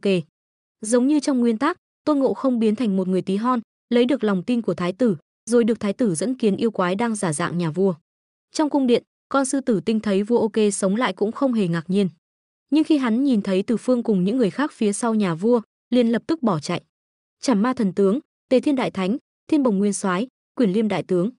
Những kẻ này hắn tất nhiên không xa lạ. Tuy không có giao tình, nhưng danh tiếng của bọn họ quá lớn. Nói không hoa, bây giờ trong tam giới, e rằng không nhiều người không biết đến Từ Phương cùng đồng bọn. Hắn đến nước OK này tất nhiên là có nhiệm vụ. Khi nhìn thấy nhóm Đường Tăng, hắn hiểu ngay nhiệm vụ của mình đã hoàn thành, nên rút lui. Nói về đánh nhau, hắn tự biết không phải đối thủ của Từ Phương và Tôn Ngộ Không, nên dĩ nhiên sẽ không ở lại chờ chết. Tuy nhiên, Tôn Ngộ Không không chịu buông tha, kim cô bổng trong tay lặng lẽ bay ra, hắn liền cưỡi mây đuổi theo con sư tử. Từ Phương cũng không do dự, bám theo Tôn Ngộ Không đuổi theo. Một mặt, hắn muốn xem trò cười của Phật môn, mặt khác cũng muốn thu phục con sư tử này. Từ Linh Sơn chạy ra không ít đại yêu, thực lực mạnh yếu khác nhau, nhưng nếu gặp kẻ nào vừa mắt, Từ Phương cũng không ngại cứu giúp. Yêu quái kia, chạy đâu cho thoát. Tôn Ngộ Không cầm kim cô bổng đuổi theo. Con yêu quái quay đầu lại nhìn, trong lòng kêu khổ không ngừng. Cân đầu vân của hắn dĩ nhiên không thể so với của Từ Phương và Tôn Ngộ Không, chỉ trong nháy mắt đã bị đuổi kịp. Giờ đã chạy được mấy trăm dặm rồi, mà Bồ Tát vẫn chưa xuất hiện. Hắn đâu biết, Văn Thù Bồ Tát đã bị bem từ lâu. Năm đó, hắn nhận được pháp chỉ của Văn Thù Bồ Tát, đến nước OK bem vua. Từ khi Văn Thù Bồ Tát giao nhiệm vụ 3 năm trước, sau khi gặp hắn một lần thì 3 năm nay không có tin tức gì. 3 năm qua, hắn sống trong lo sợ, không biết nhiệm vụ Bồ Tát giao khi nào mới kết thúc. Cứ ngỡ đợi đến khi nhóm Đường Tăng đến thì xong, kết quả Bồ Tát lại không xuất hiện. Đây là trò gì vậy? Sai mình làm nhiệm vụ, rồi Văn Thủ lại bỏ mặc mình. Phải nói, hắn hơi hoảng. Thấy Tôn Ngộ Không phía sau đã đuổi kịp, con sư tử liền dừng cân đầu vân, lớn tiếng kêu lên, đại thánh, khoan hãy ra tay. Tôn Ngộ Không nào thèm nể mặt, cười lạnh một tiếng, giơ cao kim cô bổng, yêu quái kia, ăn gậy của lão Tôn này. Kim cô bổng đập tới, con sư tử hồn vía lên mây. Thấy không thể tránh được, hắn liếc mắt thấy Từ Phương đang đuổi theo phía sau Tôn Ngộ Không, liền như thấy cứu tinh, kêu lên, thần tướng quân sư, cứu tôi. Quân sư, cứu tôi. Có chuyện gì? Ánh mắt Từ Phương lóe lên, lập tức ra hiệu cho Tôn Ngộ Không dừng tay, rồi hỏi, vì sao gọi ta là quân sư? Quân sư, tiểu yêu đã bái kiến yêu sư Côn Bằng rồi. Là ngài ấy bảo tiểu yêu ở đây chờ ngài. Con sư tử sợ Tôn Ngộ Không nóng nảy không đợi được, liền nói một mạch, tiểu yêu sau khi trốn khỏi Linh Sơn, nhận lệnh của Văn Thù đến đây gây họa. Nhưng trước đó, tiểu yêu đã gặp yêu sư Côn Bằng. Yêu sư nói để tiểu yêu trên đường Tây Du chờ ngài, nên tiểu yêu mới đến nước OK, vừa hoàn thành nhiệm vụ của Văn Thù, vừa chờ quân sư. Hừ, ngươi tính toán cũng hay đấy. Từ Phương lập tức hiểu ý con sư tử. Chẳng qua là sau khi gặp Côn Bằng, vì trên người có cấm chế của Phật môn nên hắn không thể không nghe theo lệnh của Văn Thù. Hắn chưa từng tận mắt thấy Từ Phương hóa giải cấm chế của Phật môn, nên có chút không tin. Nhưng dù sao hắn cũng phải hoàn thành lệnh của Văn Thù, nên cứ ở lại OK chờ Từ Phương. Nếu Từ Phương có thể hóa giải cấm chế, thì tốt nhất, hắn sẽ lập tức đầu quân cho yêu tộc. Nếu Từ Phương không thể, thì khi Văn Thù xuất hiện, hắn cũng đã hoàn thành nhiệm vụ, vẫn có thể quay về dưới trướng Văn Thù, được cả đôi đường. Từ Phương tuy hiểu con sư tử đang giở trò khôn vặt, nhưng cũng không tức giận, vì đây là lẽ thường tình. Hơn nữa, con sư tử này có đầu óc như vậy, cũng chính là điều yêu tộc cần. Quân sư, tiểu yêu đã bái kiến yêu sư Côn Bằng rồi. Hơn nữa, ở đây tiểu yêu cũng không làm loạn. Con sư tử dè dặt nói, sợ Từ Phương trở mặt. Nói đúng ra, con sư tử này ở nước OK, ngoài việc bem vua OK, thật sự không làm điều ác gì. 5 năm trước, Phật môn thấy vua OK sùng bái Phật giáo, liền phái Văn Thù Bồ Tát xuống trần gian, độ nhà vua lên Tây Thiên thành La Hán. Nhưng vua OK lại không biết điều, không những không nghe theo Văn Thù, mà còn ném người phàm do Văn Thù biến thành xuống sông ngâm 3 ngày. Ý của Phật môn rất đơn giản, nước OK do ngươi trị vì liên tiếp gặp thiên tai, hạn hán, đói kém triền miên, ngươi không thích hợp làm vua nữa. Nhưng nể mặt ngươi sùng bái Phật môn, lại bỏ tiền xây dựng nhiều chùa chiền nguy nga, nên cho ngươi một quả vị chính quả. Nhưng vua OK không đồng ý. Đùa sao, ta đang làm vua ngon lành, tam cung lục viện, 72 phi tần, nhiều vợ đẹp như vậy, ngươi lại bảo ta lên Tây Thiên làm hòa thượng. Vì vậy, hắn giả vờ không biết thân phận của Văn Thù, ném Văn Thù xuống sông. Con sư tử giờ đây rất ngoan ngoãn trước mặt Từ Phương, kể hết mọi ân oán giữa nước OK và Phật môn. Nghe đến đây, Từ Phương cũng không khỏi lắc đầu. Vua OK là một hôn quân, bạo chúa, khiến đất nước liên tiếp gặp thiên tai, dân chúng lầm than. Nhưng hắn lại sùng bái Phật môn, là fan cuồng của Phật giáo. Trong tình huống này, Phật môn phải làm sao? Tiếp tục để hắn sống yên ổn. Nếu vậy, hắn sẽ làm ô danh Phật môn. Dù sao, một tín đồ Phật giáo mộ đạo mà lại cai trị đất nước đến nông nỗi này, người không biết còn tưởng dân chúng lầm than, đói khổ chính là tông chỉ của Phật môn. Nhưng nếu không để hắn sống yên ổn thì phải làm sao? Chẳng lẽ trực tiếp ra tay bem hắn? Nếu trực tiếp bem hắn, lại khiến Phật môn có vẻ quá tàn nhẫn, không phù hợp với tông chỉ từ bi. Hơn nữa, hắn còn xây dựng nhiều chùa chiền cho Phật môn, bố thí, cúng dường, một tín đồ mộ đạo như vậy, sao có thể ra tay bem được? Đúng lúc kế hoạch Phật pháp đông độ đang tiến hành, cũng là cơ hội để tuyên truyền Phật pháp, nên Phật môn mới phái Văn Thù đến, độ nhà vua về Tây phương.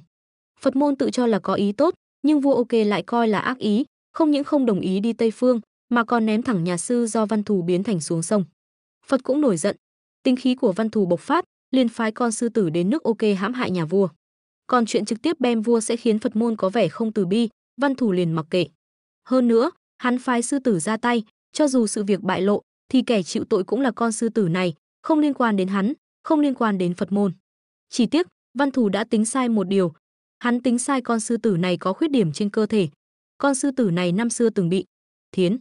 Hãy thử tưởng tượng, một giống đực bình thường bị thiến, thì trong Phật môn, trong yêu tộc, trên cả Linh Sơn, hắn đều sống trong trạng thái cực kỳ tự ti. Đó cũng là lý do tại sao hắn làm vua nhiều năm, nhưng chưa từng đụng đến nữ nhân nào trong hậu cung nước OK. Khi hắn đến nước OK, vì vua OK cần hắn giúp đỡ cầu mưa, dẹp loạn, nên hoàn toàn không để ý đến chuyện con sư tử bị thiến, thậm chí còn hứa hẹn cùng hắn cai trị đất nước, xưng huynh gọi đệ. Điều này khiến con sư tử cảm động vô cùng. Tâm lý tự ti của hắn đã được vua OK tôn trọng. Vì vậy, mấy năm qua, hắn vẫn luôn giúp vua OK trị vì đất nước, chưa từng ra tay bem vua để hoàn thành nhiệm vụ của Văn Thù. Hắn trì hoãn nhiều năm như vậy, khiến tinh khí nóng nảy của Văn Thù Bồ Tát bùng phát, ta phái ngươi đến đây là có nhiệm vụ. Ngươi lại xưng huynh gọi đệ với mục tiêu của nhiệm vụ. Văn Thù nổi giận, lại giao cho con sư tử nhiệm vụ tuyệt đối. Con sư tử bất đắc dĩ, đành phải bem vua, ném xuống giếng. Nhưng hắn vẫn chừa lại một đường lui, để lại trên người vua OK một viên Định Niên Châu, khiến thi thể nhà vua 3 năm không hề thối rữa. Nói như vậy, con sư tử này không phải vì nhà vua không giữ chữ tín mà bem hắn, tội vẫn là Văn Thù. Từ Phương thầm thở dài, nhưng Văn Thù đã bị bem, nói thêm cũng vô ích. Con sư tử này giờ đã kể hết mọi chuyện, lại quỳ trước mặt Từ Phương, ngóng trông hắn. Thôi, ngươi không thể quay về bên cạnh Văn Thủ nữa. Tu vi của ngươi không dễ dàng có được, hơn nữa ngươi cũng đã bái kiến yêu sư Côn Bằng. Từ nay về sau, hãy đến Đông Thắng Thần Châu, giúp yêu sư Côn Bằng quản lý yêu tộc. Từ Phương nói. Ánh mắt con sư tử lóe lên vẻ vui mừng, nhưng lại do dự. Quân sư, tiểu yêu dĩ nhiên nguyện ý quy thuận yêu tộc, nhưng trên người tiểu yêu còn cấm chế của Phật môn. Chuyện nhỏ. Năm xưa, khi tham gia Vu Lan hội, Từ Phương Tùng Nhan được phương pháp hóa giải mọi cấm chế của Phật môn. Giờ muốn hóa giải cấm chế trên người con sư tử, dĩ nhiên dễ như trở bàn tay. Đến nước này rồi, Phật môn vẫn chưa phái người đến giải quyết việc này, xem ra e rằng cũng đã bỏ rơi con sư tử này. Dù sao, đối với Phật môn, một con sư tử nhỏ bé cũng chẳng đáng là gì. Đa tạ quân sư, đa tạ quân sư. Con sư tử mừng rỡ, liên tục cảm tạ Từ Phương. Từ Phương gật đầu, tạm thời hãy theo chúng ta trở về nước ok, giải quyết xong chuyện nước ok, ngươi hãy đến Đông Thắng Thần Châu tìm Ngũ Khúc Tinh Quân. Con sư tử đã từng đến Đông Thắng Thần Châu bái kiến Côn Bằng, dĩ nhiên biết người đang quản lý yêu tộc chính là đại tướng số 1 dưới trướng Từ Phương.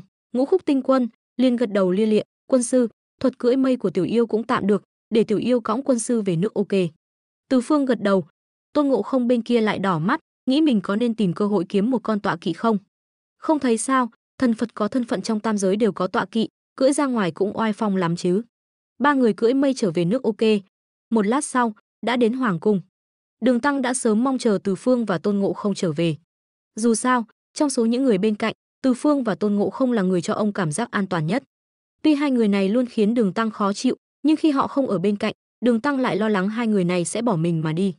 Ngược lại, Chư Bát Giới và Sa Tăng tuy có vẻ nghe lời, nhưng trong lòng Đường Tăng lại không có chút trọng lượng nào. Dù sao, suốt dọc đường đi, hai người này đều là kẻ làm nền. Cũng khó trách Đường Tăng có cảm giác như vậy. Giờ cuối cùng cũng thấy Từ Phương và Tôn Ngộ Không trở về trên mây, mà nổi bật nhất là Từ Phương đang đạp trên lưng một con sư tử xanh.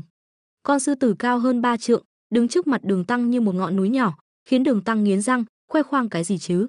Như ai không có tọa kỵ vậy? Đường Tăng thầm lẩm bẩm, ông tưởng con sư tử là tọa kỵ của Từ Phương. Từ Phương không để ý đến suy nghĩ của Đường Tăng, liền kể lại đầu đuôi câu chuyện.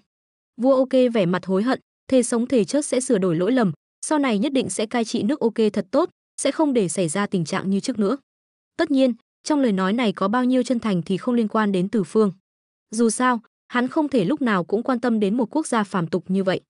Con sư tử từ biệt Từ Phương, bay về Đông Thắng Thần Châu. Vua ok liền yên tâm, mở tiệc chiêu đãi nhóm 5 người Đường Tăng. Đường Tăng và Chư Bát Giới liền vui vẻ ra mặt, ăn uống no nê, bụng tròn vo. Thánh Tăng, chư vị, đường đến Tây Thiên còn xa, quả nhân đã chuẩn bị một ít quà mọn, mong chư vị nhận trò. Giữa bữa tiệc, nhà vua phẩy tay, lập tức có cung nữ bưng mấy cái khay đi ra. Tôn Ngộ Không cầm lấy khay nhìn, cười lạnh một tiếng, ném mạnh khay xuống đất, những thứ vàng bạc này, chúng ta không cần. Ngươi hãy giữ lại mà cai trị đất nước cho tốt. Lời từ chối của Tôn Ngộ Không khiến nhà vua đỏ mặt. Đường Tăng và Chư Bát Giới thì tiếc hùi hụi, số tiền này cũng không ít đâu. Con khỉ chớt tiệt, ngươi đừng làm mất mặt chúng ta chứ. Nhưng họ dĩ nhiên không dám nói ra những lời này trước mặt Tôn Ngộ Không, liền giả vờ từ chối. Thánh Tăng, quả nhân không có ý gì khác. Đường đến Tây Thiên còn 800 dặm nữa mới đến núi Hạo. Theo lời Hoàng Nhi, trên núi Hạo có một yêu quái, pháp lực cao cường, thần thông quảng đại. Nếu muốn qua núi Hạo 800 dặm này, e rằng phải chuẩn bị chút gì đó. Nhà vua bước tới nói, những thứ này, chư vị Thánh Tăng mang theo cũng bớt được chút khó khăn. Núi Hạo, Hồng Hài Nhi sao? Từ Phương thầm nghĩ. Tuy Ngưu Ma Vương đã bị hắn bem từ lâu, nhưng Hồng Hài Nhi vẫn ở núi Hạo cũng hợp lý. Vì trong nguyên tắc, Hồng Hài Nhi chỉ ở núi Hạo vài trăm năm, chứ không phải chỉ vài trăm tuổi. Nói không chừng, tuổi của Hồng Hài Nhi còn lớn hơn hắn. Đối với yêu quái Hồng Hài Nhi này, Từ Phương chưa từng gặp, nhưng trước khi xuyên không, những câu chuyện bên lề về Hồng Hài Nhi được rất nhiều người bàn tán. Ví dụ như cha của Hồng Hài Nhi là Ngưu Ma Vương, tại sao hắn lại không có chút nào giống trâu, mà còn biết tam muội chân hỏa độc nhất của Thái thượng lão quân. Hơn nữa, ở núi Hỏa Diệm, quạt ba tiêu của Thiết Phiến công chúa dường như cũng có liên quan rất lớn đến Thái thượng lão quân. Từng chuyện bên lề thiêu đốt lòng hiếu kỳ của Từ Phương. Tất nhiên, trước đó, hắn cũng đã cẩn thận hỏi vua ok và thần dân về hình dáng của yêu quái trên núi Hạo. Theo lời những người này, Từ Phương có thể khẳng định, yêu quái trên núi Hạo chắc chắn là Hồng Hài Nhi. Sư huynh, dọc đường này yêu quái cũng nhiều quá, hay là chúng ta đi đường vòng? Sau khi rời khỏi nước ok, Tôn Ngộ Không giả vờ như vô tình đi đến bên cạnh Từ Phương, nhỏ giọng hỏi. Dù sao, trong nhóm Đường Tăng chỉ là người đi thỉnh kinh trên danh nghĩa, người thực sự có quyền quyết định là Từ Phương. Đi đường vòng? Từ Phương hơi sững sờ, tò mò nhìn Tôn Ngộ Không. Phải biết, Tôn Ngộ Không rất rõ con đường thông thiên, hơn nữa thần thông của Hồng Hài Nhi tuy lợi hại, nhưng cũng không đến mức khiến Tôn Ngộ Không phải chùn bước. Con khỉ này không lẽ còn chuyện gì giấu mình? Ngộ Không, chúng ta là huynh đệ, có gì cứ nói thẳng, đừng vòng vo tam quốc. Từ Phương nói đến đây, liếc mắt nhìn Đường Tăng cùng những người khác. Tôn Ngộ Không cười gượng, nhỏ giọng nói, chỉ là lão Tôn cảm thấy có chút không bình thường, nên không muốn dính líu đến phiền phức ở núi Hạo. Ngươi biết gì? Nói ta nghe. Từ Phương lập tức hứng thú. Phiền phức mà ngay cả Tôn Ngộ Không cũng thấy không bình thường, rốt cuộc là gì? Sư huynh, chẳng lẽ huynh quên, năm xưa Ngưu Ma Vương đã bị huynh bem chớt. Giờ yêu quái ở núi Hạo nghe nói là con trai của Ngưu Ma Vương, nhưng hắn lại tu luyện Tam Muội Chân Hỏa. Thân thế của hắn, lão Tôn rõ như lòng bàn tay. Nghe Tôn Ngộ Không nói vậy, Từ Phương liền cười nói, ngươi cũng không phải Ngưu Ma Vương, sao lại rõ như lòng bàn tay? Sư huynh, huynh quên rồi sao? Năm xưa lão Tôn đã kết nghĩa huynh đệ với Ngưu Ma Vương, chuyện này tất nhiên là hắn nói. Tôn Ngộ Không xòe tay, Từ Phương lập tức hào hứng. Dù sao, kiếp trước khi xem Tây Du Ký, hắn cũng chỉ suy đoán về một số bí ẩn. Còn gì có sức thuyết phục hơn lời kể của huynh đệ kết nghĩa của người trong cuộc? Kể ta nghe, rốt cuộc là chuyện gì? Thấy Từ Phương hứng thú như vậy, Tôn Ngộ Không lại tò mò, không ngờ sư huynh cũng nhiều chuyện như vậy. Hồng Hài Nhi là con riêng của lão quân. Tôn Ngộ Không quay đầu nhìn Đường Tăng cùng những người khác, lại hạ thấp giọng. Còn Ngưu Ma Vương chỉ là hộ vệ mà lão quân sắp xếp cho hai mẹ con Hồng Hài Nhi mà thôi. Cái gì? Từ Phương ngẩng phát đầu. Tại sao Ngưu Ma Vương lại chịu nghe theo sự sai khiến của lão quân? Sư huynh, chẳng lẽ huynh quên Ngưu Ma Vương trước kia được gọi là gì? Tôn Ngộ Không cười lạnh. Hắn trước kia được gọi là Tây Phương Đại Lực Vương Bồ Tát. Năm đó, chỉ vì không muốn chịu sự áp bức của Phật môn, phản bội Linh Sơn, bất đắc dĩ mới đầu quân cho lão quân, được gọi là Đại Lực Ngưu Ma Vương. Chuyện này là khi nào? Từ Phương có linh cảm, mình dường như sắp nghe được bí mật lớn của tam giới. Rất lâu rồi. Tôn Ngộ Không lắc đầu. Lão quân là người đứng đầu đạo môn, chuyện có con riêng như vậy, dĩ nhiên không thể công khai, nếu không thì đạo môn mất mặt. Vì vậy, hắn mới sắp xếp Ngưu Ma Vương bên cạnh hai mẹ con Hồng Hài Nhi, danh nghĩa là vợ chồng, thực chất là hộ vệ. Ra là Ngưu Ma Vương chỉ là kẻ chịu tội thay. Từ Phương lập tức hiểu ra. Năm đó, sau khi tham gia Vu Lan hội, hắn từng gặp người của đạo môn mời đến đâu xuất cung. Lúc đó, tại sao những đại yêu khác trong Lục Đại Thánh lại đi theo sau Huyền Đô Đại Pháp Sư? Hắn cũng hiểu tại sao Hồng Hài Nhi lại sống một mình ở núi Hạo. Thông thường, mẹ con không phải nên ở cùng nhau sao? Hơn nữa, theo cốt truyện Tây Du Ký, sau khi bắt được Đường Tăng, Hồng Hài Nhi muốn mời Ngưu Ma Vương cùng ăn thịt Đường Tăng để trường sinh bất lão, nhưng lại không hề nhắc đến Thiết Phiến công chúa. Nguyên nhân chủ yếu là Hồng Hài Nhi không biết nội tình, chỉ biết Thiết Phiến công chúa thường ngày khinh thường cha mình. Cũng khó trách, người đàn ông thực sự của Thiết Phiến công chúa là Thái thượng lão quân, người đàn ông đứng trên đỉnh cao tam giới, làm sao bà ta có thể coi trọng Ngưu Ma Vương? Điều này dẫn đến việc Hồng Hài Nhi không biết nội tình, thiên vị Ngưu Ma Vương, từ đó thù ghét mẹ mình. Vì vậy mới có chuyện Hồng Hài Nhi sống một mình ở núi Hạo. Nhưng mà, cũng không đúng. Đột nhiên, Từ Phương lại nghĩ đến một số chuyện khác, liền hỏi, Ngộ Không, ngươi đã biết lộ trình Phật pháp đông độ, cũng biết yêu quái sẽ gặp phải trên đường, dĩ nhiên biết yêu quái ở núi Hạo này. Năm đó, Quan Âm có nói cho ngươi cách giải quyết yêu quái này không? Theo lời Tôn Ngộ Không, Hồng Hài Nhi là con riêng của lão quân, nhưng trong nguyên tắc, Hồng Hài Nhi lại bị Quan Âm Bồ Tát thu phục, rồi đưa về Nam Hải. Lão quân làm sao lại đồng ý? Đây chính là lý do lão Tôn không muốn đến núi Hạo. Tôn Ngộ Không xòe tay, sư huynh, chẳng lẽ huynh không phát hiện Quan Âm và Phật môn dường như có chút mâu thuẫn?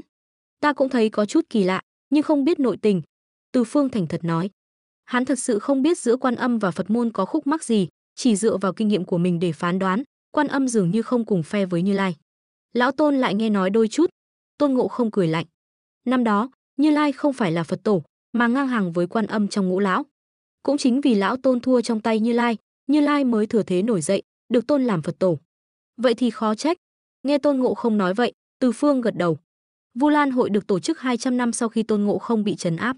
Cũng chính lúc này, Quan Âm đã làm một số trò nhỏ trong Linh Sơn, khiến tọa kỵ của hầu hết Bồ Tát, La Hán trong Linh Sơn đều bỏ trốn. Phật pháp đồng độ, thoạt nhìn là kế hoạch của Phật môn, nhưng Quan Âm rốt cuộc đóng vai trò gì? Lão Tôn cũng không biết. Tôn Ngộ Không tiếp tục nói. Nhưng chuyện này nếu xử lý không tốt, sẽ đắc tội với lão quân.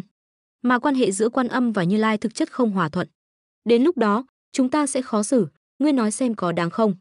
Nói đến đây, Tôn Ngộ Không mới ngẩng đầu hỏi, sư huynh, lão Tôn thấy nên tránh núi Hạo thì sao? Phải thừa nhận, lời Tôn Ngộ Không nói rất có lý, nhưng Từ Phương lại có suy tính riêng. Mục đích của hắn tất nhiên không phải là Phật pháp đồng độ, mà là con đường thông thiên. Núi Hạo này là trận chiến không thể tránh khỏi. Chuyện này ngươi lo xa rồi. Hiểu được nỗi lo của Tôn Ngộ Không, Từ Phương cười nói, chuyện này chúng ta không gánh vác nổi, thì tìm người khác gánh là được. Chuyện này chúng ta không gánh vác nổi thì tìm người khác gánh là được. Từ Phương cười nói. Mục đích của Quan Âm không phải là muốn thu phục yêu quái ở núi Hạo sao? Vậy thì để bà ta thu phục. Đến lúc đó, cho dù lão quân có ý kiến gì thì cũng phải đến Nam Hải, không liên quan đến chúng ta. Nhưng như vậy, chẳng phải chúng ta sẽ rơi vào bẫy của Quan Âm sao? Tôn Ngộ Không gãi đầu. Quan Âm nhiều lần tính kế chúng ta, lão Tôn đã sớm tức giận rồi. Chẳng lẽ bây giờ còn phải chiều theo ý bà ta? Nói sai rồi. Từ Phương lắc đầu mỉm cười. Ngươi chỉ thấy một mà không thấy hai. Tại sao Quan Âm lại muốn thu phục yêu quái đó? Chẳng qua là nhìn chúng thứ gì đó của yêu quái. Thứ này không thể tách rời khỏi yêu quái, nên mới phải thu phục hắn. Mà yêu quái đó là con riêng của lão quân, ngoài một thân bảo bối, còn gì khiến Quan Âm để mắt đến? Theo ta thấy, thứ Quan Âm muốn chính là tam muội chân hỏa của yêu quái đó. Tam muội chân hỏa? Tôn Ngộ Không sững sờ. Từ Phương tiếp tục nói, đúng vậy, chính là tam muội chân hỏa. Tuy không biết tại sao Quan Âm lại muốn tam muội chân hỏa, nhưng một khi bà ta thu phục Hồng Hài Nhi, sẽ phải gánh chịu cơn thịnh nộ của lão quân. Đến lúc đó, chúng ta chỉ việc đứng xem náo nhiệt, nói không chừng còn có thể thừa nước đục thả câu, kiếm chút lợi lộc, cớ sao lại không làm. Ý của Từ Phương rất đơn giản, dù sao chuyện này dù nhìn thế nào hắn cũng không thiệt, tại sao không thuận nước đẩy thuyền, xem một màn náo nhiệt. Cũng có lý. Tôn Ngộ Không gãi đầu. Vậy thì cứ theo lời sư huynh. Hai người ở phía trước thì thầm, Đường Tăng, Chư Bát Giới, Sa Tăng cùng những người khác cũng đã cưỡi bạch mã, chậm rãi lên đường. Nói thì dài dòng, nhưng cả nhóm đi cũng không chậm, đi được khoảng 500-600 dặm, liền thấy phía trước núi non trùng điệp. Tôn Ngộ Không bị Từ Phương nói cho một trận, đã có chút nóng lòng muốn xem náo nhiệt. Sư huynh, con yêu quái này chiếm núi làm vua, ánh mắt cũng không tệ. Từ Phương gật đầu. Nói đúng ra, vị trí địa lý của núi Hạo cũng rất tốt, sơn thủy hữu tình, linh khí dồi dào, rất thích hợp tu luyện. Tất nhiên, cũng có thể là lão quân đã tìm một ngọn núi tiên cho con riêng của mình tu luyện. Đúng lúc này, một trận gió nhẹ thổi qua, trên đỉnh núi, một làn sương mù màu đỏ dần dần tản ra, lan rộng khắp nơi. Mới đi được 500-600 dặm, còn chưa đến địa bàn của Hồng Hài Nhi, tên nhóc này đã nóng lòng như vậy sao? Từ Phương không nhịn được cười.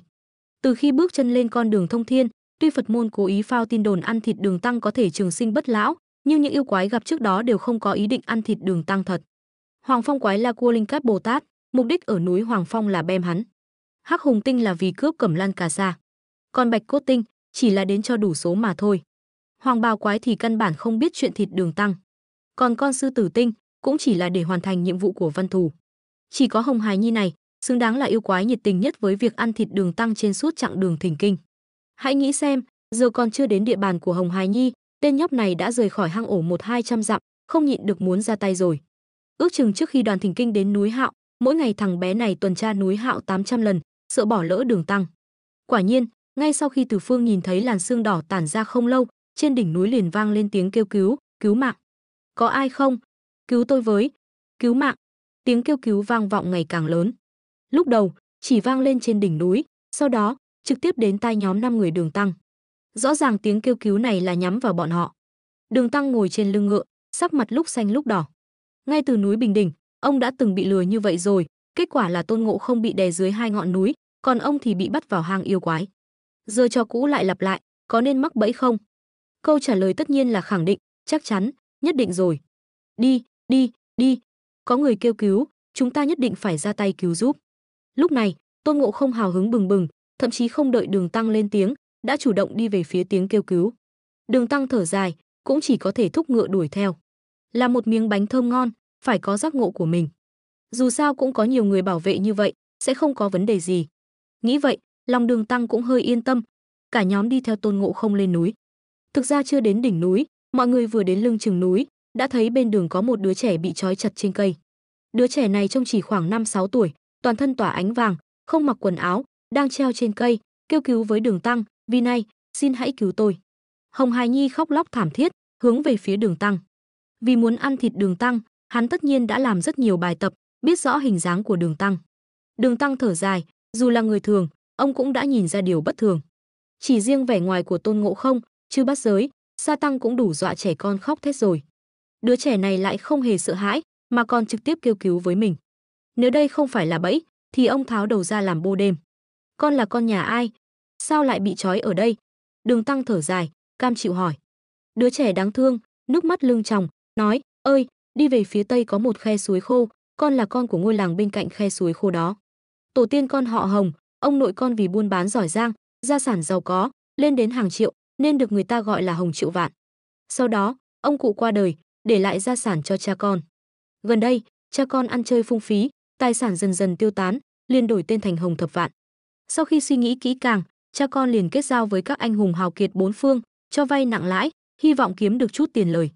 Ai ngờ ông ấy không kiếm được bao nhiêu tiền, mà danh tiếng lại ngày càng lan xa, kết quả dẫn đến bọn cướp núi kết bè kết đảng, ngang nhiên bem đến nhà con, cướp sạch tài sản, còn bem cả cha con. Chúng thấy mẹ con có chút nhan sắc, liền bắt mẹ con về làm áp phu nhân. Hồng Hải Nhi càng nói càng thảm, khiến Từ Phương và Tôn Ngộ Không nhìn nhau. Cha nuôi Ngưu Ma Vương của hắn tất nhiên đã chết từ lâu, nhưng đứa trẻ này lại bịa đặt cả về mẹ mình là Thiết Phiến công chúa. Thằng bé này cũng ác thật đấy, xem ra nó hận mẹ mình đến mức nào. Hồng Hải Nhi vẫn chưa nói xong, lại khóc lóc kể tiếp, mẹ con chỉ vì không nỡ bỏ con, liền ôm con trong lòng, bất đắc dĩ đi theo bọn cướp. Kết quả đến ngọn núi này, bọn cướp thấy con vướng víu, lại muốn bem con. May nhờ mẹ con cầu xin, con mới thoát chết. Bọn cướp vì muốn bắt mẹ con, mới treo con ở đây, để con chết đói. Cũng không biết mẹ con bị hành hạ đến mức nào rồi. Con đã bị treo ở đây 3 ngày 3 đêm, cũng không gặp được ai. Không biết kiếp trước tu phúc gì mà gặp được mọi người, mong cứu con một mạng. Con nguyện làm trâu làm ngựa, cũng phải báo đáp ân cứu mạng của. Thấy đứa trẻ càng nói càng lố, Đường Tăng tuy biết là giả, nhưng cũng chỉ biết bất lực nói, thôi, Từ Phương, Ngộ Không, các ngươi xem ai cứu đứa trẻ này xuống đi. Đường Tăng còn chưa nói hết, Tôn Ngộ Không đã xung phong nhận việc, để lão Tôn làm. Lúc này, hắn đã hoàn toàn không còn ý định tránh Hồng Hải Nhi, chỉ muốn xem náo nhiệt giữa Quan Âm và lão quân. Đường Tăng lại có chút nghi ngờ nhìn Tôn Ngộ Không, không ngờ hôm nay con khỉ này lại chủ động như vậy. Tôn Ngộ Không tiến lên cởi trói cho Hồng Hải Nhi, cõng trên lưng. Từ Phương thì mỉm cười, ta đi phía trước dò đường. Tất nhiên hắn cố ý rời đi, tạo cơ hội cho Hồng Hải Nhi. Dù sao, nếu Hồng Hải Nhi không bắt Đường Tăng, thì làm sao mời được Quan Âm đến? Vậy thì còn gì là náo nhiệt nữa? Đường Tăng nghe vậy càng thêm kỳ lạ nhìn Từ Phương, thầm nghĩ hôm nay hai huynh đệ này làm sao vậy, cứ như biến thành người khác. Hồng Hải Nhi nghe vậy thì mừng rỡ. Ban đầu, hắn còn cảm thấy có Từ Phương và Tôn Ngộ Không ở đây khá khó xử, nhưng không ngờ hai người này, một người chủ động cõng mình vào trong, người kia lại chủ động đi dò đường phía trước. Cơ hội tốt đây. Bỗng nhiên, cuồng phong nổi lên. Tôn Ngộ Không chỉ cảm thấy đứa trẻ trên lưng mình bỗng nặng như núi, quay đầu nhìn lại, Hồng Hải Nhi đã biến mất, trên lưng hắn đã biến thành một tảng đá xanh khổng lồ. Đường Tăng bên kia còn chưa kịp phản ứng, đã bị cơn gió cuốn đi mất. Sư phụ, Chư Bát Giới và Sa Tăng tuy phản ứng kịp, nhưng hai người này cũng đã nhìn ra điều kỳ lạ. Tuy họ không hiểu tại sao Từ Phương và Tôn Ngộ Không lại phản ứng như vậy, nhưng không có quyền lên tiếng, họ chỉ có thể chọn cách phối hợp. Không còn cách nào khác, trong nhóm Đường Tăng, địa vị của hai người này quá mờ nhạt, quá không có cảm giác tồn tại. Gió cuốn qua, Đường Tăng đang cưỡi ngựa lại biến mất. Không cần hỏi cũng biết chắc chắn lại bị yêu quái bắt đi rồi. Nhưng lần này bị bắt, lại là do Từ Phương và Tôn Ngộ Không ngầm đồng ý. Hai người này đang có ý đồ xấu muốn xem náo nhiệt giữa Quan Âm và lão quân, tự nhiên phải tạo cơ hội cho Hồng Hải Nhi. Nếu không, làm sao đứa trẻ này có thể thành công? Giờ sư phụ bị bắt rồi, chúng ta phải làm sao? Chư Bát Giới và Sa Tăng không hiểu chuyện gì, nhìn Từ Phương và Tôn Ngộ Không vẫn bình tĩnh như thường, liền hỏi. Sa Tăng cũng nói, chúng ta mau đi cứu sư phụ thôi. Hoảng gì? Từ Phương nhìn hai người này. Sư phụ vừa mới bị bắt, chúng ta trước tiên phải tìm hiểu tình hình đã. Tôn Ngộ Không gật đầu, kim cô bổng đập mạnh xuống đất, thần đất, thổ địa ở đâu? Mau hiện thân. Tuy biết trên đường sẽ gặp những kiếp nạn gì, cũng biết gặp phải yêu quái nào, nhưng những lời sáo rỗng vẫn phải nói. Nếu không, màn kịch tự lừa mình dối người của Phật pháp Đông Độ sẽ biến thành trò lừa bịp trắng trợn. Ái chà. Kim cô bổng vừa chạm đất, lập tức có một đám thần đất, thổ địa mặc quần áo rách nát, lảo đảo chui ra. Tôn Đại Thánh, Từ Thần Tướng, sao ở đây lại có nhiều thần đất, thổ địa vậy? Tôn Ngộ Không nhìn trang phục của đám người này với vẻ ghét bỏ, tò mò hỏi. Dù sao, một ngọn núi chỉ có một thần núi, một vùng đất nhiều nhất chỉ có một thổ địa quản lý trong phạm vi 10 dặm. Giờ ở đây lại xuất hiện lớn nhỏ đến mấy chục thần đất, thổ địa, khó trách Tôn Ngộ Không tò mò. Cách ăn mặc của những thần đất, thổ địa này càng khiến Tôn Ngộ Không không khỏi phàn nàn, chẳng lẽ Ngọc Đế nợ lương bọn họ, khiến bọn hô mác đồ rách dưới, đến chỗ kín cũng không che được. Đại Thánh, nơi này gọi là núi Hạo, chúng tôi 10 dặm một thần núi, 10 dặm một thổ địa, tổng cộng 30 thần núi, 30 thổ địa. Vì biết Đại Thánh và thần tướng đến, nên mới vội vàng tụ tập lại đây. Đám thần đất, thổ địa quỳ trên mặt đất nói. Tôn Ngộ Không tò mò hỏi, tại sao các ngươi không mặc quần áo? Trên núi này có bao nhiêu yêu quái? Đại Thánh ơi, trên núi này chỉ có một yêu quái, quanh năm bóc lột chúng tôi, khiến chúng tôi đói khát, không có quần áo mặc, ăn không đủ no. Ngài còn hỏi bao nhiêu yêu quái? Chỉ một tên này chúng tôi đã chịu không nổi rồi. Nghe Tôn Ngộ Không hỏi, đám thần đất, thổ đê Iakeu than thảm thiết. Từ Phương nghe ở bên cạnh, cũng hiểu tại sao bọn họ lại sống thảm hại như vậy. Dù sao, cha ruột của Hồng Hải Nhi là Thái thượng lão quân, nhân vật đỉnh cấp của đạo giáo. Thân phận như vậy đủ để tạo nên một thần nhị đại như Hồng Hải Nhi. Với thân thế của Hồng Hải Nhi, hắn làm gì, Ngọc Đế dám quản sao? Hay là có thần đất, thổ địa nào dám đi tố cáo? Tất nhiên, chuyện này, Ngọc Đế có tức giận với lão quân hay không thì không ai biết. Nhưng điều này cũng chứng minh Ngọc Đế không có thực quyền trong tam giới, nếu không năm xưa cũng sẽ không bệnh vớ vẩn gặp thầy lang vớ vẩn, coi Từ Phương là tâm phúc. Thôi, các ngươi cũng là thần tiên đàng hoàng, đừng khóc nữa. Mau nói cho chúng ta hang ổ của yêu quái đó ở đâu. Từ Phương nghe không nổi nữa. Làm bộ làm tịch vậy là đủ rồi, sao có thể lãng phí thời gian với đám thần đất, thổ địa này. Dù sao Hồng Hải Nhi thật sự ngây thơ tin rằng thịt đường tăng có thể trường sinh bất lão. Trong nguyên tắc, Hồng Hải Nhi vì muốn mời Ngưu Ma Vương cùng ăn thịt đường tăng nên mới chỉ hoãn một chút thời gian. Mặc dù vậy, trong nguyên tắc, khi Tôn Ngộ Không cuối cùng cứu được đường tăng thì đường tăng đã bị lột sạch quần áo, chuẩn bị bỏ vào nồi rồi. Giờ vì hắn xuyên không đến, khiến Ngưu Ma Vương chất từ sớm, nếu Hồng Hải Nhi không nhịn được, trực tiếp ném đường tăng vào nồi thì sẽ có chuyện lớn. Sự thật là, từ thần tướng đại nhân, tên yêu quái đó chiếm giữ khe suối khô cách đây hơn 100 dặm, gọi là Động Hỏa Vân, có hơn 3000 yêu quái lớn nhỏ. Thần đất, thổ địa còn chưa nói xong lần thứ hai, Từ Phương đã nháy mắt với Tôn Ngộ Không, "Ngộ Không, đi thôi." Tôn Ngộ Không vung kim cô bổng, đi theo Từ Phương về phía tây. Chư Bát Giới và Sa Tăng vội vàng dắt bạch mã, mang hành lý, đuổi theo. Để lại một đám thần đất, thổ địa nhìn nhau, Tôn Đại Thánh và Từ thần tướng sao lại vội vàng như vậy? Còn chưa để chúng ta nói hết mà. Đùa sao, Thánh Tăng mà họ phải bảo vệ bị Hồng Hải Nhi bắt đi rồi, sao có thể không vội? Bọn họ đến cũng tốt, chúng ta vừa hay có thể thoát khỏi ma chảo của Hồng Hải Nhi. Đúng, việc này nhất định phải bẩm báo với bệ hạ. Nếu có thể, hãy tìm cách để bệ hạ điều chúng ta đến nơi khác làm thần đất, thổ địa. Cùng đi. Không nói đến việc Từ Phương và Tôn Ngộ Không dẫn Chư Bát Giới đến khe suối khô cứu đường tăng, chỉ nói đến chuyện trên trời, Ngọc Đế gần đây rất buồn phiền. Trong giao trì, các tiên nữ đang uyển chuyển nhảy múa, còn có thiên nô rót rượu ngon cho Ngọc Đế. Nhưng lúc này, Ngọc Đế lại vô cùng buồn bực, cầm chén rượu trầm ngâm. Từ khi lên ngôi Ngọc Đế, tâm trạng vui mừng ban đầu đã sớm biến thành chán nản, thậm chí đến bây giờ đã có chút tê liệt. Không gì khác, chỉ vì từ khi hắn lên ngôi, tam giới chưa từng yên ổn. Lúc đầu, vì Thiên Đế yêu tộc Đế Tuấn tử trận trong trận chiến Vu Yêu, Ngọc Đế được đạo tổ Hồng Quân chỉ định cai quản tam giới. Đúng lúc hai tộc Vu Yêu suy tàn, tam giáo trỗi dậy. Những kẻ đó từng đứa một đều kiêu ngạo, hơn nữa tam giáo đều có thánh nhân trấn giữ, làm sao coi trọng Ngọc Đế. May mà có uy nghiêm của đạo tổ Hồng Quân, bọn họ cũng không dám công khai chống đối hắn. Nhưng việc bọn họ ngoài mặt vâng lời, trong lòng phản đối hắn là điều không thể tránh khỏi. Đây cũng chính là lý do Ngọc Đế luôn muốn nắm giữ tam giới trong tay. Chỉ tiếc, sau khi nhìn rõ bộ mặt thật của tam giáo, hắn bất lực, chỉ có thể cầu cứu đạo tổ Hồng Quân. Đạo tổ Hồng Quân cũng không từ chối, trực tiếp ra tay giúp hắn tạo ra phong thần đại kiếp. Ý nghĩa ban đầu của phong thần đại kiếp là giúp Hạo Thiên củng cố thiên đình. Thực tế cũng đúng như vậy, những kẻ lên bảng phong thần trong đại kiếp, nguyên thần đều bị Hạo Thiên nắm giữ, dám phản kháng liền bị tiêu diệt. Nhưng hắn vẫn nghĩ mọi chuyện quá tốt đẹp. Nội bộ tam giáo tuy không dám chống lại mệnh lệnh của đạo tổ, nhưng chỉ phái ra một số tôm tép đến làm hình thức cho hắn. Chẳng có cao thủ thực sự nào cả. Sự việc đến nước này, Ngọc Đế thật sự cảm động sao? Cảm động với những kẻ lên bảng phong thần. Cần biết rằng, những kẻ đó đều có hậu thuẫn. Ông dám động vào thử xem, người ta sẽ lập tức tìm đến gây phiền phức. Dù sao, ông ta cũng không thể chuyện gì cũng tìm đến Hồng Quân đạo tổ. Giờ thì hay rồi, thiên đình chúng thần, vốn là trợ lực cho mình, giờ lại thành củ khoai nóng phỏng tay. Chỉ huy cũng không được, mà không chỉ huy cũng không xong. Đáng hận nhất chính là lúc Tây Phương ra vẻ hào hiệp, khiến mình làm kẻ đổ vỏ, còn bọn họ thì thừa cơ độ không ít cao thủ về Tây Phương Linh Sơn. Giờ lại còn trơ trễ mặt mũi, thực hiện cái gọi là Phật pháp đồng độ. Tuy nhiên, lợi ích mà Linh Sơn đưa ra thì khỏi phải nói. Chính vì vậy, Ngọc Đế mới đồng ý phối hợp với kế hoạch Tây Du này. Mà gần đây, điều khiến ông ta thêm bực mình chính là Từ Phương. Vốn là tâm phúc ái tướng của mình, kết quả lại ngẫu nhiên phản xuất thiên đình. Từ Phương, ngươi phản thì phản đi, ngươi lại còn mang theo toàn bộ thần sách doanh của trẫm. Làm sao Ngọc Đế không phẫn nộ cho được? Nhưng Từ Phương đã bước lên thông thiên chi lộ. Là đồng tử hầu cận bên cạnh Hồng Quân năm xưa, Ngọc Đế tự nhiên biết Hồng Quân coi trọng thông thiên chi lộ như thế nào. Nên ông ta không dám trực tiếp ra tay với Từ Phương. Dĩ nhiên không dám trực tiếp ra tay, chẳng lẽ không thể giở chút trò mèo sao? Chỉ tiếc, người ông ta phái đi, sau khi gặp Từ Phương, liền mất tích. Cả tam giới, sống không thấy người, chết không thấy xác. Đúng lúc này, đám thần tiên bên dưới lại gây rối. Chuyện lão quân có con riêng, trong thiên đình chúng thần không phải bí mật gì, nhưng lại không ai dám vạch trần. Dù sao cũng là lãnh tụ đạo môn, ai dám chọc thủng lớp giấy này. Ngọc Đế tự nhiên cũng biết chuyện này, ông ta cũng rất ăn ý, chưa từng đề cập đến. Nhưng chớ trêu thay, con riêng của lão Quân lại chẳng nể mặt chút nào. Nhìn những sơn thần, thổ địa lên trời kêu oan kia xem, đã thành ra cái dạng gì rồi. Lão Quân, ngươi không quản được con của mình sao?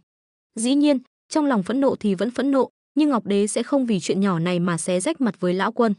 Dù sao, sau khi đồng ý với kế hoạch Phật pháp đông độ, ông ta cũng mơ hồ nhận ra âm mưu bất chính của Phật môn.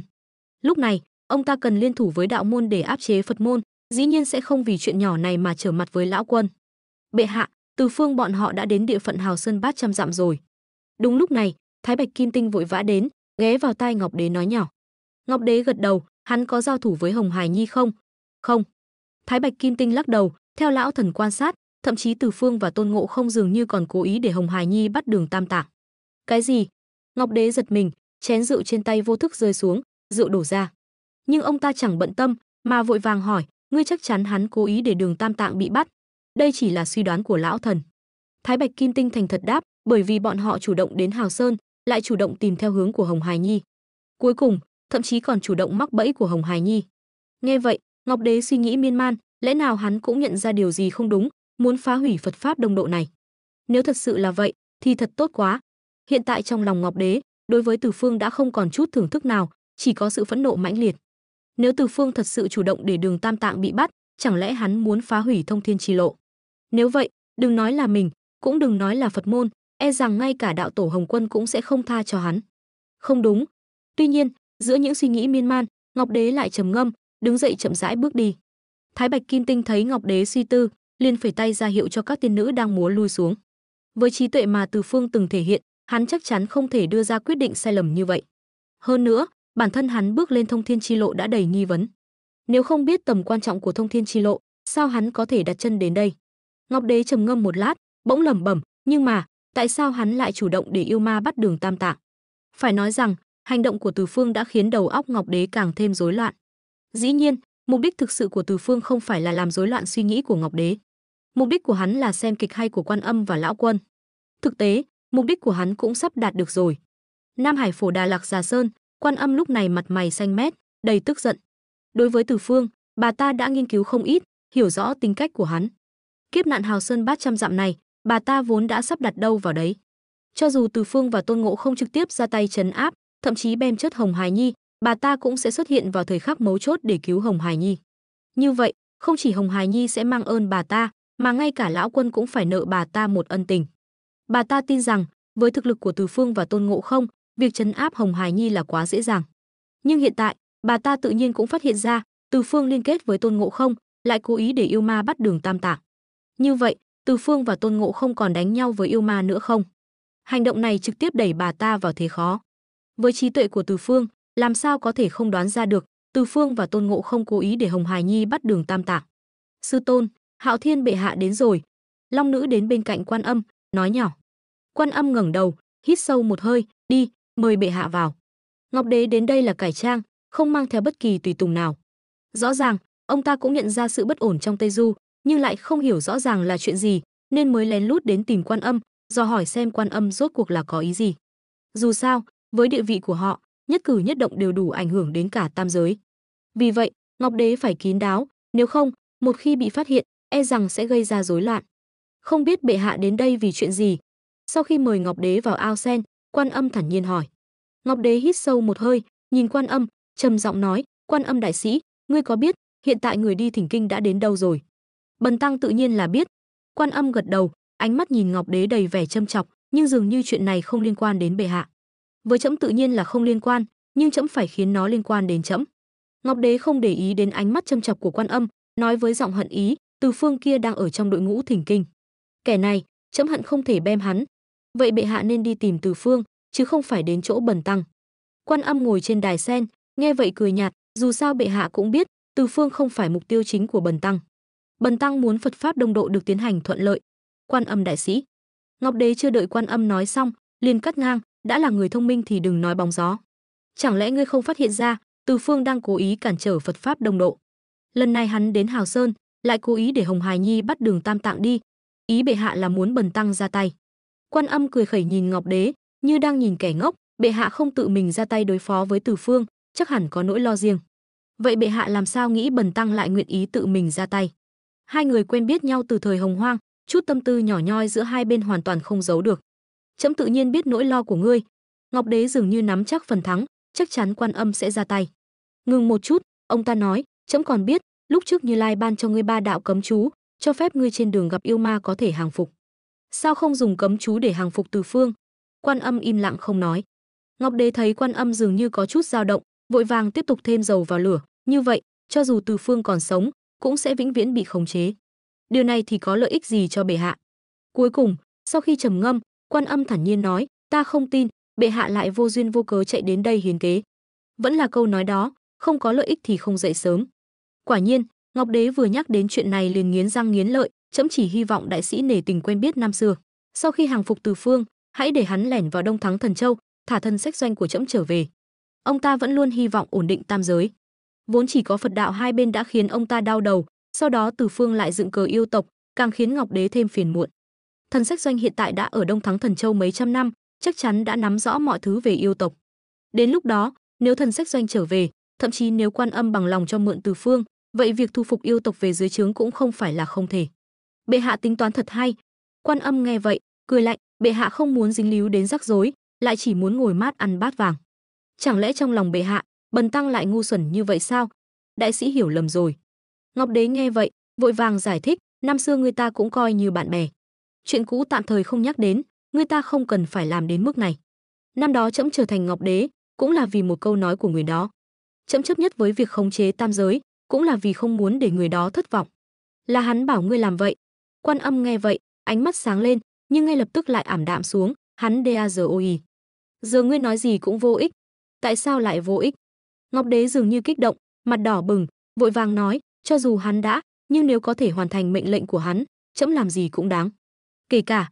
Nói đến đây, Ngọc Đế dừng lại, rồi tiếp tục, trẫm nghe nói Dương Tiễn đã tìm ngươi rồi. Chẳng lẽ trong lòng ngươi không còn chút lưu luyến nào sao? Năm đó ngươi và hắn. Đừng nói nữa. Quan Âm đột nhiên quát lên, bệ hạ hãy về đi, để Bần tăng suy nghĩ. Được. Ngọc Đế cũng không muốn ép Quan Âm quá mức, liền gật đầu, chỉ hy vọng đại sĩ đừng chần chừ quá lâu. Dù sao, Từ Phương kia đã cố ý để Hồng Hài Nhi bắt Đường Tam Tạng, chắc chắn sẽ không có ý định cứu. Đến lúc đó, nếu Đường Tam Tạng chết trong tay Hồng Hài Nhi, thì tất cả đều hỏng hết. Nói xong, Ngọc Đế chắp tay, xoay người cáo từ, nói đến đây thôi. Xin đại sĩ sớm tính toán. Nhìn bóng lưng Ngọc Đế rời đi, Quan Âm trầm tư, năm đó ngươi rốt cuộc nghĩ gì? Tại sao lại để Hạo Thiên làm Ngọc Đế? Hay nói, hắn cũng là một mắt xích trong kế hoạch của ngươi? Quan Âm không nghi ngờ Ngọc Đế lừa mình. Dù sao, ở địa vị của Ngọc Đế, nhất ngôn cửu đỉnh, chắc chắn không thể nói dối. Mà hắn đã nhắc đến chuyện năm xưa, Quan Âm hít sâu một hơi, cũng không còn lý do gì để tiếp tục khoanh tay đứng nhìn nữa. Vì chuyện năm xưa, dù sao cũng đã đắc tội với Như Lai và Lão Quân. Giờ cho dù bắt Hồng Hài Nhi, tiếp tục đắc tội với Lão Quân cũng chẳng sao. Quyết định xong, Quan Âm không thông báo cho bất kỳ ai, mà trực tiếp lấy một cái vòng, cưỡi mây đến Hào Sơn. Trên Hào Sơn, Từ Phương và Tôn Ngộ Không đã tìm đến Khô Tùng Giản Hỏa Vân Động. Lúc này, bọn họ đang nhìn chằm chằm vào bầu trời xa xăm. Sư huynh, ngươi nói Quan Âm và Lão Quân có ra tay không? Nếu bọn họ không ra tay, Đường Tăng chết chắc rồi. Tôn Ngộ Không tính tình nóng nảy, vừa nhìn trời vừa nói nhỏ. Từ Phương quay đầu nhìn Lão Chư và Lão Sa đang ngoan ngoãn canh giữ hành lý phía sau, rồi quay lại nói nhỏ, đừng lo. Cho dù bọn họ không ra tay, cũng có thần Phật âm thầm bảo vệ Đường Tăng, chắc chắn sẽ không để hắn chết. Mặc dù trước đó, khi Tôn Ngộ Không bị trấn áp ở Ngũ Hành Sơn, Từ Phương đã từng chém chết Ngũ Phương Yết Đế, nhưng vì Phật pháp đồng độ, Phật môn chắc chắn sẽ bổ sung thêm thần Phật mới để bảo vệ Đường Tam Tạng. Những người này sẽ không lộ diện, chỉ xuất hiện vào thời khắc mấu chốt để cứu Đường Tăng. Chính vì biết điều này, Từ Phương mới có thể bình tĩnh như vậy. Được, nghe ngươi. Tôn Ngộ Không gật đầu, cũng yên tâm. Đã xác định Đường Tăng sẽ không thật sự xảy ra chuyện, Tôn Ngộ Không tự nhiên cũng muốn chờ Quan Âm hoặc Lão Quân xuất hiện, xem bọn họ rốt cuộc muốn giải quyết chuyện này như thế nào. Tuy nhiên, đúng lúc này, một giọng nói lạnh lùng đột nhiên vang lên, các ngươi hộ tống Huyền Trang Tây Hành, lại lười biếng như vậy. Theo tiếng nói vang lên, hai luồng kim quang đột nhiên rơi xuống. Từ Phương ánh mắt lóe lên, lập tức kéo Tôn Ngộ Không lại, Kim Cô. Kim Cô. Từ Phương đã từng thấy kim cô trên đầu Đường Tăng, tự nhiên liếc mắt một cái đã nhận ra hai luồng kim quang này là thứ gì. Tuy nhiên, Từ Phương hành động tuy nhanh, nhưng hai cái vòng kia còn nhanh hơn. Theo động tác của Từ Phương, hai luồng kim quang như hình với bóng, bám giết không tha. Quan Âm Bồ Tát mặt lạnh, đứng trên mây, nhìn Từ Phương và Tôn Ngộ Không tránh né. Lúc trước, Như Lai ban cho bà ta 3 cái vòng, để bà ta trên đường đi thu phục yêu ma, hộ tống người đi thỉnh kinh. Bà ta trước đó chỉ dùng một cái, lại ngẫu nhiên đeo lên đầu Đường Tăng. Giờ thì hay rồi, không bằng dùng lên đầu Từ Phương và Tôn Ngộ Không. Trước đó không thành công, cũng chỉ vì không phải do Quan Âm tự mình ra tay. Hai tên này tuy đáng ghét, nhưng thực lực lại rất khá. Nếu có thể thu phục hai sư huynh đệ này, chắc chắn sẽ là một trợ lực lớn cho kế hoạch tương lai của bà ta. Chính vì vậy, sau khi được Ngọc Đế nhắc nhở, Quan Âm mới đích thân đến đây. Mà bà ta vừa đến đã không đi cứu Đường Tăng, cũng chính là vì lý do này. Hừ, các ngươi trốn không thoát. Quan Âm cười lạnh, tay liên tục bấm pháp quyết. Hai luồng kim quang đuổi theo, Từ Phương và Tôn Ngộ Không tránh né không kịp, bị chòng lên đầu. Quan Âm, ngươi! Tôn Ngộ Không bất ngờ bị chòng lên đầu một cái vòng, lập tức nổi giận, Bồ Tát, ngươi có ý gì? Mặc dù bị chòng lên đầu, nhưng Từ Phương vẫn không mất bình tĩnh, mà kéo Tôn Ngộ Không đang nổi giận lại, lạnh lùng quát, Quan Âm. Quan Âm cũng cười lạnh, đứng trên đài sen, thản nhiên nói, bổn tọa Phật pháp, phụ trách Phật pháp đồng độ. Hai người các ngươi lại nhiều lần cản trở Tây Hành. Lần này, lại còn khiến Huyền Trang rơi vào tay yêu ma mà không chịu cứu. Kim cô và Cấm cô này, coi như là bổn tọa trừng phạt nhỏ. Đợi các ngươi cứu Huyền Trang, hàng phục yêu ma, rồi hãy nói chuyện. Nếu ta không chịu thì sao? Từ Phương cũng nổi giận, nhưng hắn có chỗ dựa của mình, không coi Kim cô và Cấm cô này ra gì. Hừ, Quan Âm cười lạnh, cũng không nói nhiều với Từ Phương, trực tiếp niệm chú ngữ Kim cô.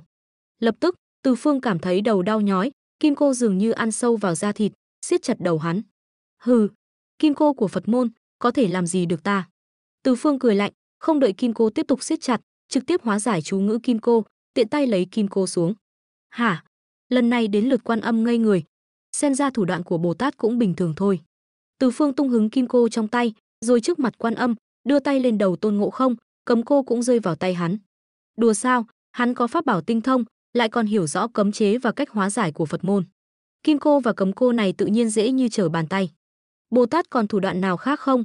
Nếu không, hai cái vòng này, ta xin nhận. Từ Phương giơ tay lên, hai cái vòng nằm trong lòng bàn tay, sau đó phất tay một cái, hai cái vòng biến mất. Ngươi lại có thể kháng cự cấm pháp của Phật môn. Lúc này, Quan Âm cau mày, mới phát hiện, dường như từ đầu đến cuối bà ta đều không hiểu rõ Từ Phương. Kẻ này lại có thể trong nháy mắt hóa giải cấm pháp của Phật môn, lại còn có mối thù sâu nặng với Phật môn.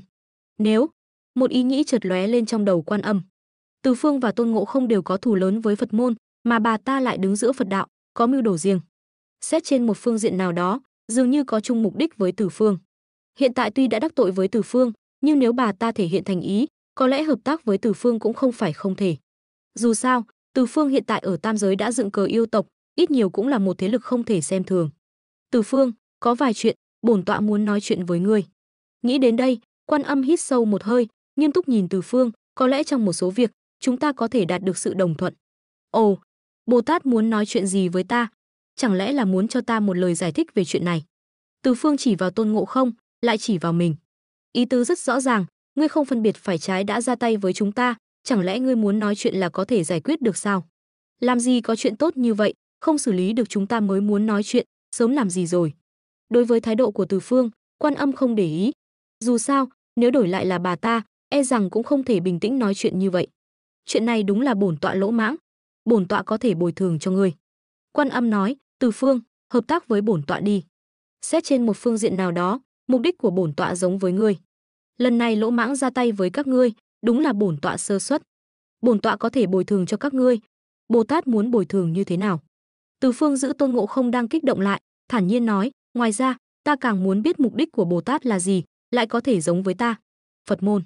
Quan Âm nghiêm túc nhìn Từ Phương, rồi nói tiếp, nghe nói ngươi đã tu luyện được túc lưu diễn của Trấn Nguyên Đại Tiên, chắc hẳn bây giờ đã có không gian riêng, không thuộc tam giới ngũ hành. Không bằng đến không gian của ngươi để nói chuyện. Nhìn vẻ mặt của Quan Âm, Từ Phương có chút tin tưởng Quan Âm thật sự muốn hòa đàm. Dù sao, trong không gian của mình, hắn chính là chủ. Quan Âm nếu dám có chút hành động, hắn có thể lập tức bem chớt bà ta. Mà Quan Âm đã nhắc đến thần thông túc lưu diễn, chắc chắn cũng biết sự huyền diệu của không gian này. Đã như vậy, bà ta còn dám nói muốn đến không gian của mình, đủ để chứng minh Quan Âm hiểu rõ, giao dịch hợp tác mà bà ta đề nghị, hắn không thể từ chối. Nếu Bồ Tát có ý muốn hợp tác, vậy thì cứ nói chuyện. Từ Phương trầm ngâm một lát, phất tay, một luồng không gian chi lực cực kỳ mạnh mẽ mở ra, sau đó đưa Tôn Ngộ Không và Quan Âm Bồ Tát vào không gian. Quan Âm không chống cự, Từ Phương tự nhiên dễ dàng làm được. Không gian của ngươi cần phải trang trí lại rồi. Trong không gian, Quan Âm nhìn xung quanh, thản nhiên nói. Từ Phương lại cười khẩy, không gian này không có ai ở, nên chưa kịp dọn dẹp. Nhưng mục đích của Bồ Tát không phải là để dọn dẹp không gian cho ta chứ? Tự nhiên. Quan Âm gật đầu, sau đó nghiêm túc nhìn Từ Phương, mục đích của bổn tọa là phạt đạo. Ồ, có ý gì? Trong không gian của mình, Từ Phương ung dung tự tại, chiếm thế chủ động tuyệt đối. Mà Quan Âm đối với điều này không để tâm, mà nói thẳng, ngươi và Nhị Lang Thần Dương Tiễn quan hệ khá tốt. Hơn nữa, ngươi có thể bước lên Thông Thiên chi lộ này, chắc hẳn đã từng nghe nói về sự tàn khốc của Thông Thiên chi lộ năm xưa chứ. Bồ Tát có gì cứ nói thẳng. Từ Phương ra hiệu cho Quan Âm nói rõ ràng. Cần biết rằng, Đường Tăng kia đang ở trong động yêu quái, không biết lúc nào sẽ bị hầm. Nếu Bồ Tát vẫn cứ vòng vo Tam Quốc, ta không thể đảm bảo an nguy của Đường Tăng. Đừng vội. Quan Âm lắc đầu, năm đó, Thông Thiên chi lộ có thể hình thành, kỳ thực là nhờ vào một người. Người này tuyệt thế hồng hoang, từ thời kỳ đầu hồng hoang đã nổi bật. Nhưng cũng chính vì vậy, hắn quá mức, khiến đạo môn và Tây Phương giáo cùng nhau nhắm vào. Cuối cùng, dưới sự liên thủ của đạo môn và Tây Phương giáo, người này uất hận mà chết. Mà bổn tọa có quan hệ không tầm thường với người đó. Vì vậy, từ trước đến nay, mục đích của bổn tọa là báo thù cho người đó. Quan Âm nói một hơi, về việc bổn tọa gia nhập Phật môn, cũng chỉ là kế tạm thời. Lần này, yêu ma ở Hào Sơn, chắc ngươi cũng biết thân phận của hắn. Bổn tọa muốn bắt yêu ma này, mục đích cũng là vì kiềm chế Thái thượng lão quân. Bổn tọa không biết ngươi và đạo môn có quan hệ gì, nhưng đối với Phật môn, ngươi đã sớm bất mãn. Đã như vậy, chúng ta có chung kẻ thù, tại sao không liên thủ? Ngươi thống lĩnh yêu tộc tam giới, mà bổn tọa kinh doanh nhiều năm, tự nhiên cũng có át chủ bài của mình. Chúng ta liên thủ, lật đổ Phật môn, thế nào? Nghe những lời của Quan Âm, trên mặt Từ Phương hiện lên nụ cười thích thú. Ta làm sao tin tưởng thành ý của Bồ Tát?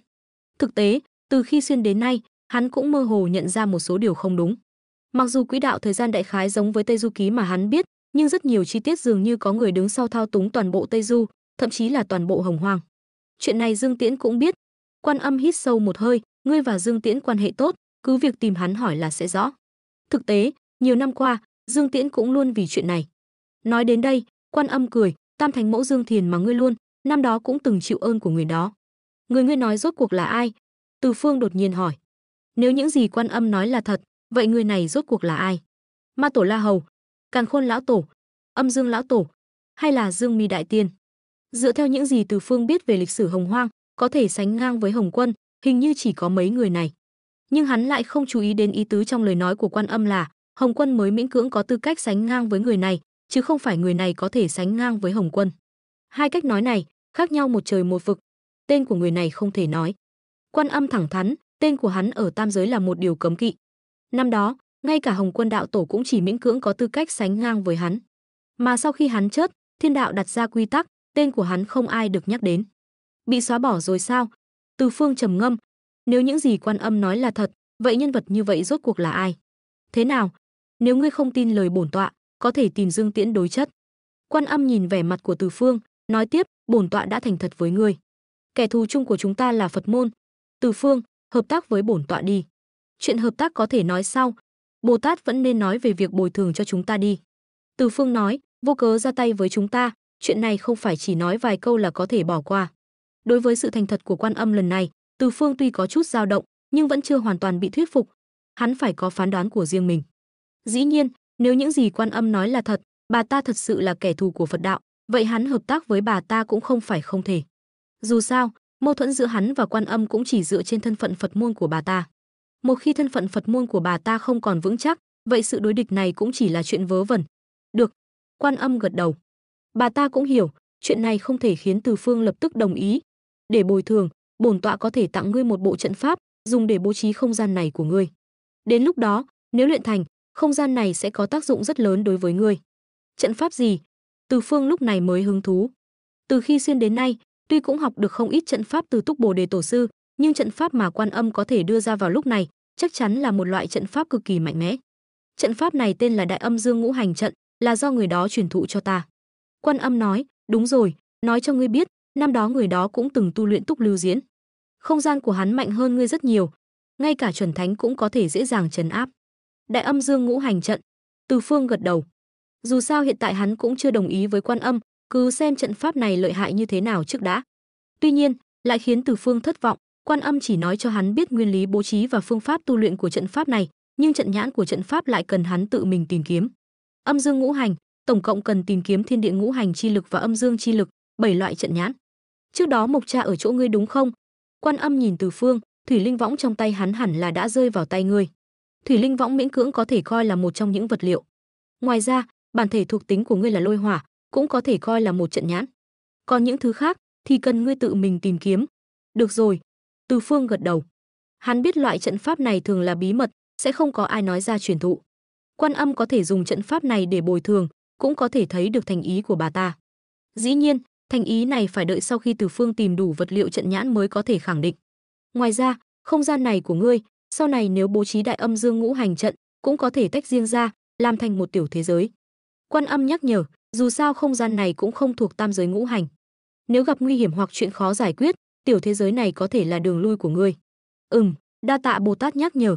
Từ Phương gật đầu, hiện tại chuyện chúng ta hợp tác, ta sẽ suy nghĩ. Nhưng bây giờ Đường Tăng đang ở trong tay yêu ma, Bồ Tát định xử lý như thế nào? Nói trước, sư huynh đệ chúng ta sẽ không ra tay gánh vác chuyện của lão quân. Chuyện này bổn tọa tự mình xử lý. Quan Âm hít sâu một hơi, cũng coi như là một phần thành ý hợp tác của bổn tọa với ngươi.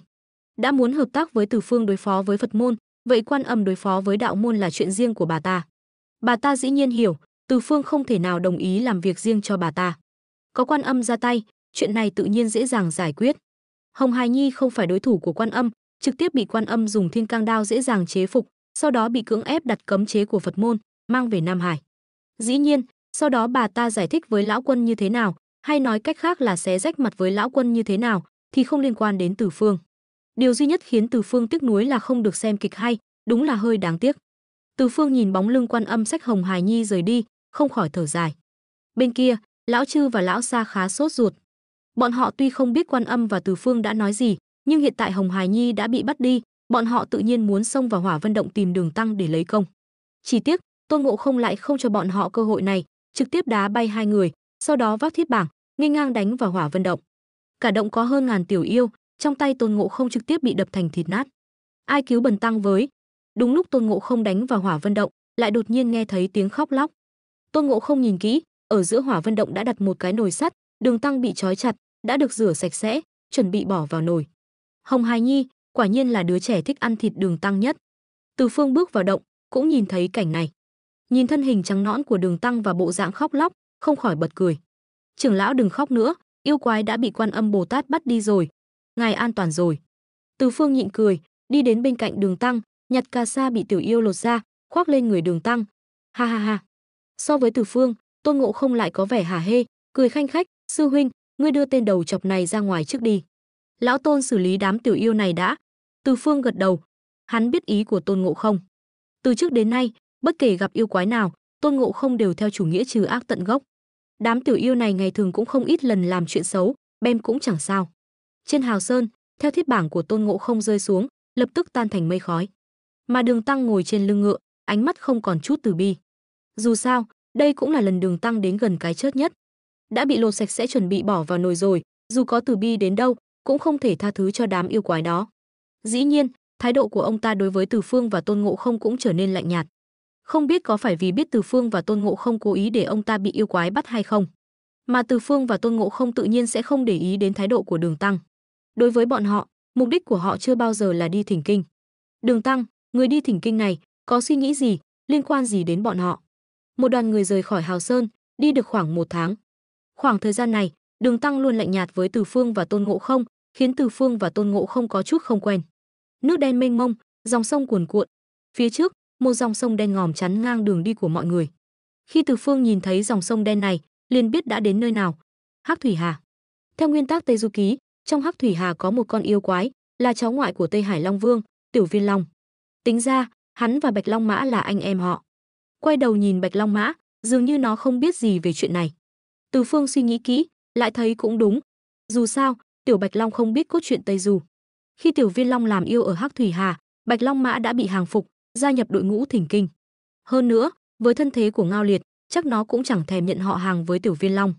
Xung quanh không có thuyền, dòng sông này có vẻ rất sâu, làm sao qua sông đây? Lão Chư nhìn quanh, hỏi.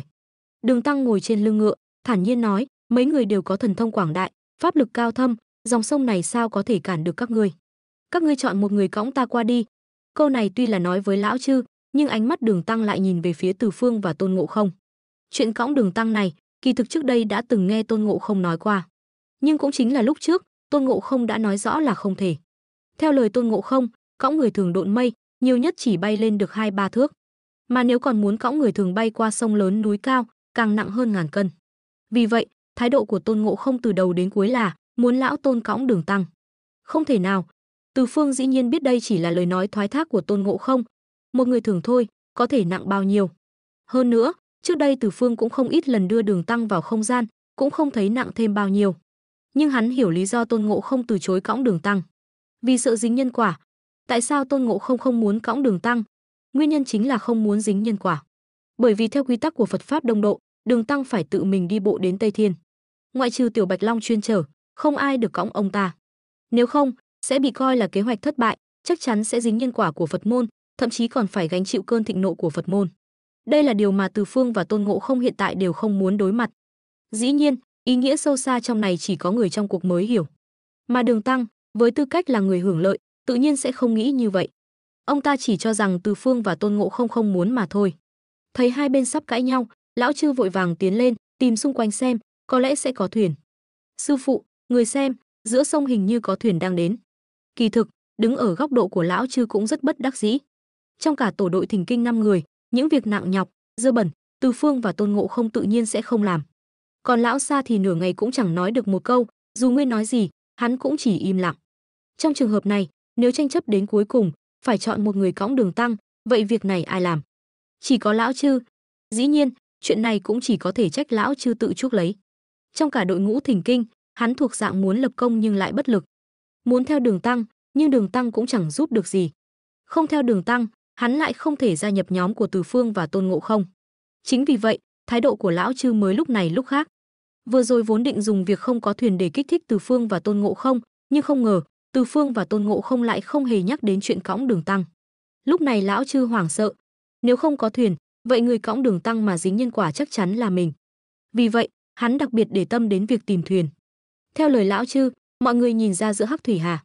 Quả nhiên nhìn thấy một chiếc thuyền nhỏ, trên đó có một người lái đò, chậm rãi chèo thuyền đến bờ. Các vị trưởng lão, cần thuyền không? Mời lên thuyền. Nghe người lái đò nói, Đường Tăng gật đầu, xuống ngựa, định bước lên thuyền. Tuy nhiên, Từ Phương lại kéo tay Đường Tăng lại, chiếc thuyền này có vấn đề.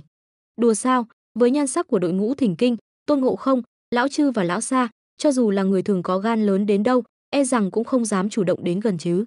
Hơn nữa, người lái đò vừa mở miệng đã gọi các vị trưởng lão.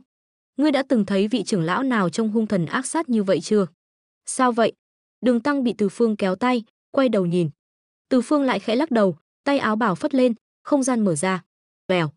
Người lái đò đứng trên thuyền thậm chí còn chưa kịp phản ứng đã bị Từ Phương bắt đi. Ngươi! Người lái đò kinh hoàng, chỉ kịp thốt ra một chữ, trong lòng vô cùng kinh ngạc. Chuyện này không giống với kịch bản hắn đã sắp đặt. Tuy nhiên, với tu vi của hắn, làm sao có thể chống lại được Từ Phương đột nhiên ra tay. Chỉ trong nháy mắt, người lái đò đã hiện nguyên hình, một con rồng đen 4 móng vuốt, trực tiếp bị Từ Phương đưa vào không gian. Mọi chuyện chỉ diễn ra trong chớp mắt. Đường Tăng chỉ cảm thấy hoa mắt, Từ Phương đã bắt người lái đò đi mất.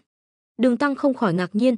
Với những gì ông ta biết về Từ Phương không phải là người lỗ mãng như vậy. Tại sao hắn lại bắt người lái đò? Trên thuyền toàn yêu khí, người lái đò là yêu quái trong sông biến thành.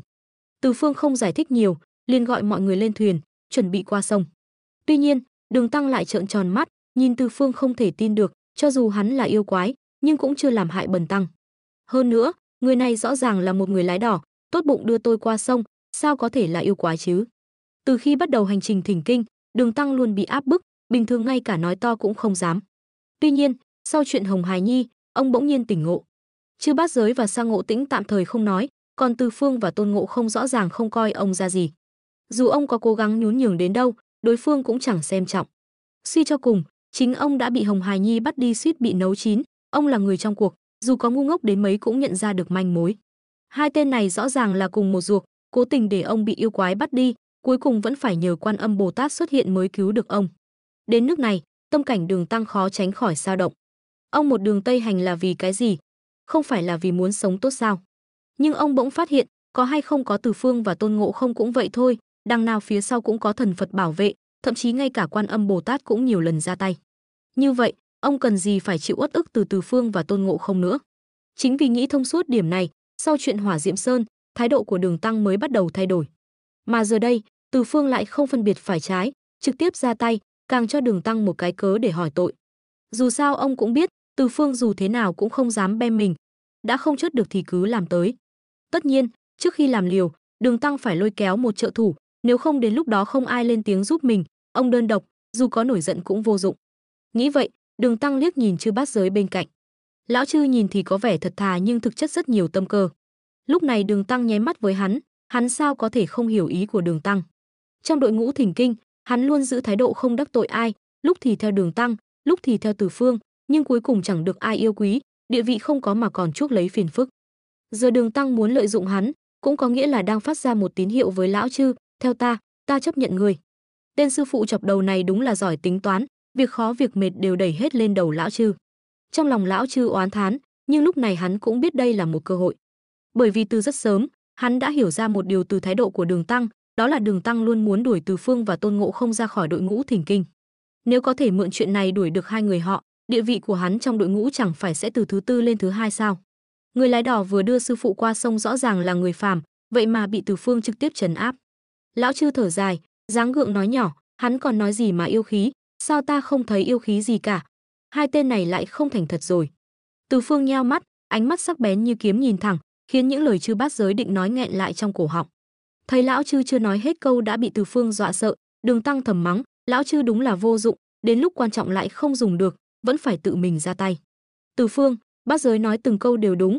Đường Tăng trầm ngâm một lát, xuống ngựa trắng, đứng bên cạnh con thuyền nhỏ, nhìn dòng nước đen cuồn cuộn, thản nhiên nói: từ khi ngươi bắt đầu hành trình thỉnh kinh, ngươi đã gây ra nhiều tội ác, giờ lại không phân biệt phải trái, trực tiếp sát hại người vô tội. Kẻ tàn ác như ngươi, làm sao có thể đến Tây Thiên, làm sao có thể đắc chính quả? Nói đến đây, Đường Tăng quyết định liều mạng, nhìn về phía Tôn Ngộ Không, ngươi và Tôn Ngộ Không cùng một thầy, tính tình tương đồng. Năm xưa ta cứu ngươi ra khỏi Ngũ Hành Sơn, nào ngờ hai người lại là kẻ tàn nhẫn như vậy. Giờ ta e là không giữ các ngươi lại được nữa. Các ngươi đi đi.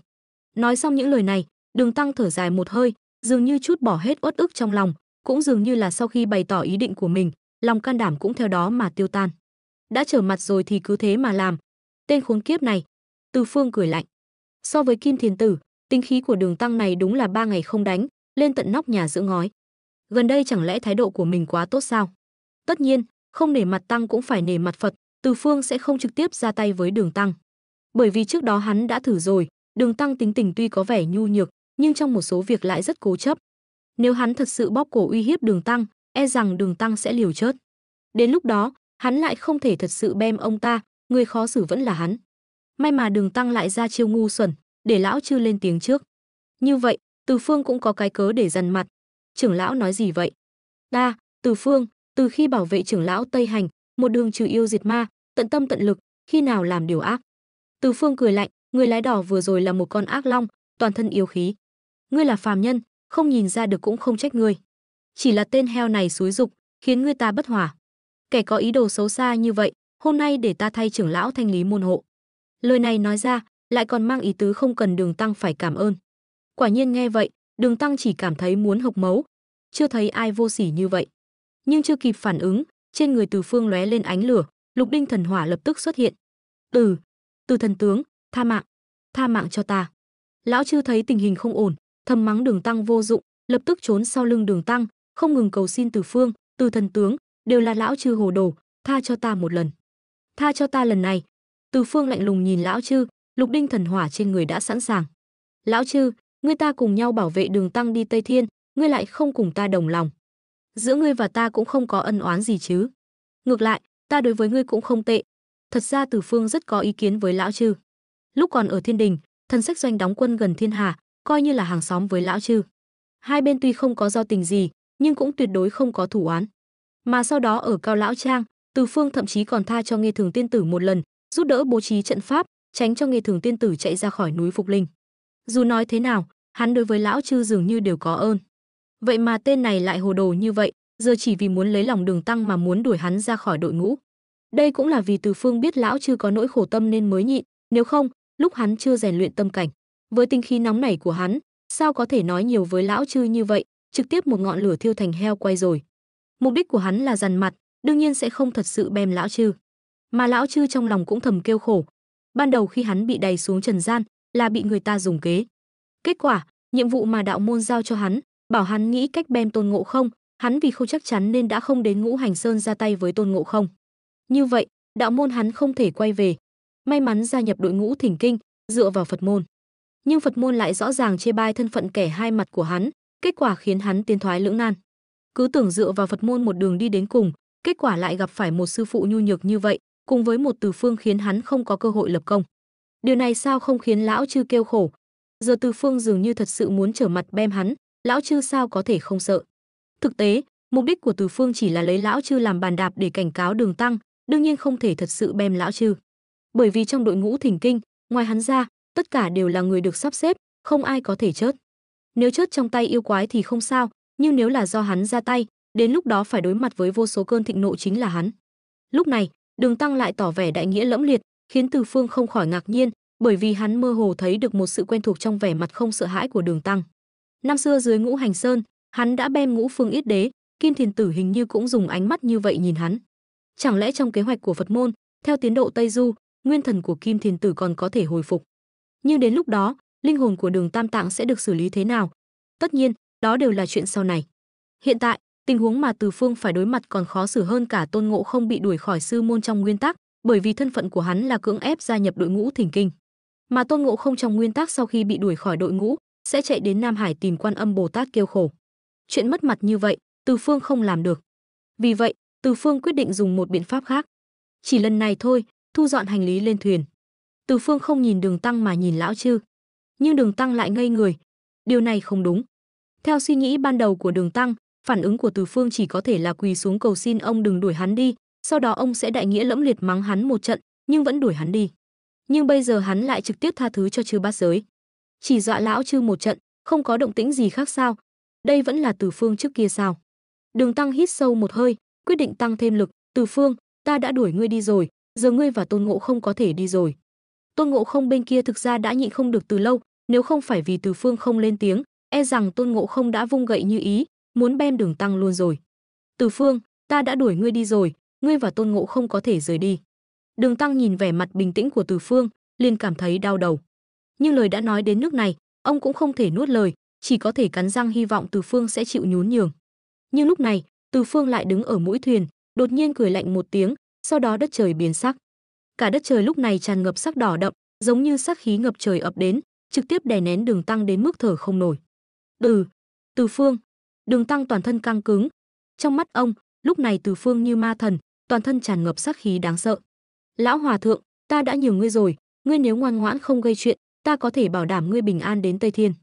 Bây giờ ngươi nếu cố tình gây sự, ta thấy cũng đừng thỉnh kinh nữa, hôm nay ta ở đây chặt ngươi ra, mọi người cùng ăn, nói không chừng còn có thể trường sinh bất lão. Tôn Ngộ Không nghe vậy, lại trực tiếp nhảy dựng lên, sư huynh nói hay lắm, đã nên như vậy từ sớm rồi. Nói xong, Tôn Ngộ Không lại trực tiếp vung gậy như ý, tiến lên túm lấy áo cà sa của Đường Tăng, nói là muốn gói ghém Đường Tăng lại, trực tiếp xiên nướng. Mà Đường Tăng lúc này bị dọa đến run rẩy. Ông không ngờ, mình chỉ muốn tranh giành thân phận người quyết định trong đội ngũ Thỉnh Kinh, kết quả phản ứng của Từ Phương lại lớn như vậy. Ngươi nói ngươi chịu nhún nhường một chút thì đã sao? Ta sẽ có bậc thang để xuống, cần gì phải làm căng thẳng như vậy? Còn có con khỉ kia nữa, lại nóng vội như vậy. Cố gắng quay đầu nhìn lão Chư và lão Sa đang run rẩy không dám lên tiếng bên cạnh, trong lòng Đường Tam Tạng không khỏi cảm thấy bi thương. Quán tự tại Bồ Tát hành thâm bát nhã ba la mật đa thời. Tuy run rẩy, nhưng đến lúc quan trọng, Đường Tăng lại cắn chặt răng, niệm chú đại bi tâm để tự trấn an. Mà trong lúc vô tình, một luồng chính khí lại từ linh đài của Đường Tăng đột nhiên bộc phát ra. Lại là nguyên thần của Kim Thiền Tử ảnh hưởng sao? Từ Phương nhìn Đường Tăng sống chết không chịu khuất phục, có chút bất ngờ. Dù sao nguyên thần của Kim Thiền Tử chắc chắn chưa thức tỉnh, nếu không Từ Phương không thể không nhìn ra. Nhưng dù vậy, Đường Tăng trước giờ nhu nhược, hôm nay tại sao lại cứng rắn như vậy? Chẳng lẽ là nguyên thần của Kim Thiền Tử đang âm thầm ảnh hưởng đến Đường Tăng? Thực ra điểm này là Từ Phương đã nghĩ sai. Tính cách của Đường Tam Tạng luôn nhu nhược vô năng, nhưng dù là sinh linh nào, trong lòng cũng có một chấp niệm. Chấp niệm này ít nhiều, lớn nhỏ khác nhau. Vì chấp niệm này, có người thà chết cũng không chịu từ bỏ một số việc, có người thà hồn phi phách tán cũng không muốn đầu thai. Nói chính xác, chấp niệm thực chất là một loại tâm ma. Nhưng khác với tâm ma ở chỗ chấp niệm và tâm ma ảnh hưởng đến sinh linh khác nhau. Trước khi Từ Phương xuyên không, ở thế giới của hắn có lưu truyền một câu, thích là yêu nhẹ nhàng, yêu là thích sâu đậm. Câu này đổi sang đây thực chất cũng na ná như vậy. Chấp niệm có thể coi là một loại ảnh hưởng tương đối nông cạn trong lòng người, còn tâm ma là khi chấp niệm này phát triển đến một mức độ nhất định, không thể thay đổi nữa, thì trở thành tâm ma. Còn chấp niệm của Đường Tam Tạng này chính là Phật pháp Tây Thiên Linh Sơn. Dù sao lão Đường từ nhỏ mới vừa đầy tháng đã bị mẹ ném xuống sông, sau đó được lão hòa thượng chùa Kim Sơn cứu sống. Có thể nói, từ nhỏ ông đã được giáo dục bằng Phật pháp. Hơn nữa, trong cơ thể ông còn ẩn chứa nguyên thần của Kim Thiền Tử, nhị đồ đệ của Phật môn. Có thể nói, không còn ai trung thành với Phật môn hơn ông nữa. Vì vậy, dù hiện tại Từ Phương dùng tính mạng uy hiếp ông, Tôn Ngộ Không thậm chí còn muốn xiên nướng ông, Đường Tăng vẫn không chịu thỏa hiệp. Còn Đại Bi Tâm mà ông niệm là một trong những kinh Phật tối cao, dưới sự tụng niệm của ông, một luồng khí thế không sợ hãi bộc phát ra. Nhưng Tôn Ngộ Không mặc kệ ông có sợ hay không, hưng phấn túm lấy áo cà sa của Đường Tăng, muốn ăn thịt. Dừng tay, Ngộ Không, Từ Phương, mau dừng tay. Nhưng đúng lúc này, một giọng nói hơi gấp gáp đột nhiên vang lên từ phía chân trời, sau đó kim quang đại phóng, mây lành lượn lờ, Quan Âm Bồ Tát hiện thân. Bồ Tát, lời này là ý gì? Tôn Ngộ Không nhìn Từ Phương, thấy Từ Phương không có ý định lên tiếng, liền quay đầu nhìn Quan Âm Bồ Tát. Bồ Tát, lão hòa thượng này không phân biệt phải trái, lại muốn đuổi lão Tôn và sư huynh đi. Kẻ ngu muội như vậy, giữ lại làm gì? A Di Đà Phật. Quan Âm chắp tay, nhìn sâu vào Từ Phương, sau đó thản nhiên nói, ta chính là vì chuyện này mà đến. Đây là một hiểu lầm. Khi bà nhìn Từ Phương cũng đang nhìn bà. Từ sau khi chia tay ở Hỏa Diệm Sơn, Quan Âm này dường như có chút thay đổi. Quan Âm trước kia tu vi thâm hậu, Từ Phương tuy không nhìn thấu tu vi cụ thể của bà, nhưng đại khái cũng có thể đoán được. Nhưng lần gặp mặt này, tuy vẫn không nhìn thấu tu vi cụ thể của Quan Âm, nhưng Quan Âm lúc này lại có vẻ mệt mỏi, khí tức trên người suy yếu, giống như tu vi càng thâm hậu, nhưng lại giống như toàn bộ tu vi đều biến mất. Tâm cảnh của Quan Âm đã thay đổi, Từ Phương chắc chắn với ánh mắt của mình. Mà Quan Âm lúc này lại nhìn Đường Tam Tạng, nói, Huyền Trang, Từ Phương là thần tướng trừ ma của thiên đình, Tôn Ngộ Không là Tề Thiên Đại Thánh. Tu vi thần thông của họ rộng lớn vô biên, tự có cách nhận biết yêu ma. Có họ bảo vệ, ngươi có thể bình an đến Tây Thiên. Sau này đừng có ý định đuổi họ đi nữa. Là đệ tử ghi nhớ. Lão Đường lúc này quỳ xuống, dập đầu 3 cái với Quan Âm, nói, chỉ là Từ Phương và Tôn Ngộ Không than thông quảng đại, không bao giờ coi đệ tử ra gì. Đệ tử cũng bất lực, mới muốn đuổi họ đi. Nghe vậy, Quan Âm gật đầu, giải thích, hai người họ trước kia ở thiên đình địa vị cao quý, tự có sự kiêu ngạo của mình. Nói xong, Quan Âm lại nhìn Từ Phương và Tôn Ngộ Không, khẽ chắp tay, Từ Phương, Ngộ Không, Huyền Trang tuy bây giờ là phàm nhân, nhưng sau này đến Tây Thiên Linh Sơn sẽ tự thành chính quả. Các ngươi tuy có đại thần thông, nhưng không thể trái ý trời. Vâng, đa tạ Bồ Tát dạy bảo.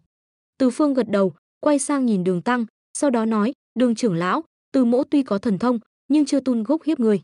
Chuyện hôm nay cũng là vì không nhìn ra người lái đò kia là yêu quái biến thành. Nếu để hắn ra tay, đến lúc đó lại là một phiền phức. Nói đến đây, Từ Phương trầm ngâm một lát, sau đó quay sang nhìn Quan Âm, nói, Bồ Tát, trải qua chuyện hôm nay, ta cũng cảm thấy có điều không ổn trong đội ngũ thỉnh kinh. Đường trưởng lão là phàm nhân, không nhìn ra yêu ma biến hóa là chuyện bình thường. Nhưng nếu ông ấy tiếp tục dùng điều này để uy hiếp chúng ta phải bảo vệ ông ấy đến Tây Thiên như thế nào? Lời của Từ Phương rất đơn giản, nếu sau này Đường Tăng vẫn như vậy, mình là phàm nhân, không nhìn ra yêu ma mà giận dỗi, thì phải làm sao? Chẳng lẽ thật sự ăn thịt ông ta? Quan Âm đương nhiên cũng hiểu ý của Từ Phương, liền nhìn Đường Tam Tạng, nói, Huyền Trang, ngươi thấy sao? Đệ tử nghe theo lời Bồ Tát. Lão Đường thở dài. Đến tình trạng này, ông dường như cũng phát hiện ra giữa Quan Âm và Từ Phương dường như có một sự thay đổi tinh tế nào đó. Phải biết, trước kia Quan Âm Bồ Tát không có thiện cảm gì với Từ Phương. Nhưng bây giờ, lời nói ra đều có ý bênh vực Từ Phương. Dù sao vừa rồi Từ Phương suýt chút nữa đã bem mình, vậy mà Bồ Tát lại không trách tội. Được rồi, sau này trên đường thỉnh kinh nếu gặp phải ma nạn, mọi việc đều nghe theo chỉ huy của Từ Phương. Quan Âm nói, tránh cho sau này lại gặp phải tình huống như hôm nay, cũng coi như là nể mặt Từ Phương. Vâng, đệ tử tuân theo lời dạy của Bồ Tát. Lão Đường, Lão Chư, Lão Sa cùng những người khác đều quỳ xuống. Trên con đường quan đạo không xa, một nhóm người có vẻ ngoài khá kỳ dị đang đi tới. Một hòa thượng trắng trẻo, tuấn tú cưỡi trên lưng bạch mã. Một thanh niên áo xanh, vẻ mặt điềm tĩnh, bước đi tuy không lớn nhưng lại nhanh nhẹn, tóc dài bay trong gió, thật là phong thái tiêu sái. Nhưng trong nhóm người, ngoài hai người này ra, những người còn lại trông thật đáng sợ. Một con khỉ miệng nhọn, vai mốt cây gậy vàng, hai đầu gậy được bịt bằng sắt đen, trông khá nặng. Một người khác miệng rộng tai dài, mặc áo cà sa hở bụng, giống như con heo thành tinh từ chuồng heo chạy ra. Cuối cùng là một người mặt mũi đen nhẻm, tay cầm cây hàng ma trượng dài 3 thước, thân hình vạm vỡ, cao lớn khác thường. Nhóm người này đương nhiên là 5 thầy trò Đường Tăng. Nhờ có thuyền nhỏ giúp đỡ, Từ Phương cùng mọi người dễ dàng vượt qua Hắc Thủy Hà. Mà sau khi được Quan Âm Bồ Tát khuyên nhủ, Đường Tăng cũng tạm thời gác lại thành kiến với Từ Phương. Đương nhiên, đối với chuyện của Đường Tăng, Từ Phương cũng thu liễm lại sự kiêu ngạo thường ngày. Còn con Tiểu Thác Long bị Từ Phương thu vào không gian trận pháp, nói ra cũng khá đáng thương. Hắn và Tiểu Bạch Long Ngao Liệt là anh em họ. Năm xưa, sau khi cha của Tiểu Thác Long, Kim Hà Long Vương, bị thừa tướng Đại Đường Ngụy Trưng chém chết trong mơ, thủy tộc Kim Hà tan tác, Tiểu Thác Long cùng mẹ đến Tây Hải Long Cung. Nhưng Tây Hải Long Cung cũng không phải là nơi chứa đồ bỏ đi. Ngoại trừ Tiểu Bạch Long, những người con trai khác của Tây Hải Long Vương Ngao Nhuận đều có chức vị ở Thiên Đình, hoặc là làm việc cho Ngọc Đế, hoặc là làm việc ở Linh Sơn, hoặc là làm Hà Bá thủy thần ở một con sông nào đó. Chỉ có Tiểu Thác Long này ở Tây Hải Long Cung. Hơn nữa, Tiểu Thác Long tướng mạo xấu xí trong Long tộc, tính cách lại chậm chạp, tu vi cũng chỉ ở mức tạm được. Tuy ở Tây Hải Long Cung, nhưng lại không được Ngao Nhuận yêu quý. Trong hoàn cảnh như vậy, tính cách của Tiểu Thác Long đã thay đổi. Mọi người đều coi thường ta, được, ta sẽ làm nên chuyện lớn, để các ngươi xem ta có bản lĩnh thật sự hay không. Mà chuyện lớn này, chính là sau khi hắn biết thịt Đường Tăng có thể trường sinh bất lão, liền muốn bắt Đường Tăng. Mời Tây Hải Long Vương Ngao Nhuận cùng nhau thưởng thức thịt Đường Tăng, có chút ý tứ vinh quy bái tổ. Đương nhiên, chuyện này hắn giấu tất cả mọi người, tự mình làm. Trong nguyên tắc, Tây Hải Long Vương biết cháu ngoại của mình gây ra chuyện lớn như vậy, đã sợ đến mức tè ra quần. Có thể thấy, Tiểu Thác Long này đã cho ông ta một bất ngờ lớn đến mức nào. Đương nhiên, kinh hỉ thì chưa chắc. Chỉ tiếc là vì Từ Phương xuyên không lại gia nhập đội ngũ thỉnh kinh, mọi thứ đều trở nên bất thường. Tiểu Thác Long vừa ló đầu ra ở Hắc Thủy Hà, đã bị Từ Phương ném vào không gian trận pháp, choáng váng đến giờ vẫn chưa tỉnh táo lại. Mà Từ Phương dường như cũng không để ý đến Tiểu Thác Long này, mặc kệ hắn ở trong không gian trận pháp. Sau khi vượt qua Hắc Thủy Hà, mọi người liền đi dọc theo con đường quan đạo. Sự kết hợp kỳ lạ của họ đương nhiên thu hút sự chú ý của những người đi đường, dù sao tướng mạo của Tôn Ngộ Không, Lão Chư và Lão Sa thật sự là muốn không chú ý cũng khó. Chỉ là điều khiến Từ Phương cảm thấy kỳ lạ là sự chú ý của những người này lại không đặt trên người Tôn Ngộ Không mà lại chỉ trỏ vào Đường Tăng. Ai cũng biết, trong năm thầy trò Đường Tăng, hòa thượng chân chính chỉ có Đường Tăng. Mà những người này đang bàn tán, chính là Đường Tăng chẳng lẽ lại sắp xảy ra chuyện gì. Từ Phương cũng cảm thấy rất kỳ lạ, nếu những người này chỉ trỏ vào Tôn Ngộ Không, Từ Phương còn không thấy lạ, nhưng lại nhìn chằm chằm vào một hòa thượng tuấn tú như Đường Tăng, chắc chắn có chuyện. Quả nhiên, mọi người đi chưa được bao lâu, liền thấy một tòa thành. Mà mấy chữ lớn trên cổng thành lập tức khiến Từ Phương hiểu ra nguyên nhân sự bất thường của những người đi đường. Xe Chỉ Quốc, một quốc gia tôn đạo diệt Phật. Đối với điều này, Từ Phương không quan tâm, bởi vì hắn biết mấy yêu quái trong Xe Chỉ Quốc không có lai lịch gì, tu vi cũng không cao, hoàn toàn là đầu óc có vấn đề mới có thể trở thành một kiếp nạn trong Tây Du. Nghĩ mà xem, mấy tên này không có ý định ăn thịt Đường Tăng, thậm chí bọn chúng còn không biết tin đồn ăn thịt Đường Tăng có thể trường sinh bất lão. Nguyên nhân ba tên này muốn đối phó với đội ngũ thỉnh kinh, chỉ là vì đội ngũ thỉnh kinh khiến bọn chúng mất mặt, kết quả lại mất mạng. Đây không phải là đầu óc có vấn đề thì là gì? Đương nhiên, cũng chính vì tướng mạo kỳ quái của ba tên Hổ Lực Đại Tiên, Dương Lực Đại Tiên và Lộc Lực Đại Tiên, nên dân chúng Xe Chỉ Quốc không cảm thấy tướng mạo của Tôn Ngộ Không kỳ lạ. Theo ý của Từ Phương, trực tiếp ra tay xử lý ba yêu quái đầu óc thiếu dây này, sau đó tiếp tục đi về phía Tây là được rồi. Nhưng Tôn Ngộ Không lại không đồng ý. Phải biết, đây là một quốc gia tôn đạo diệt Phật.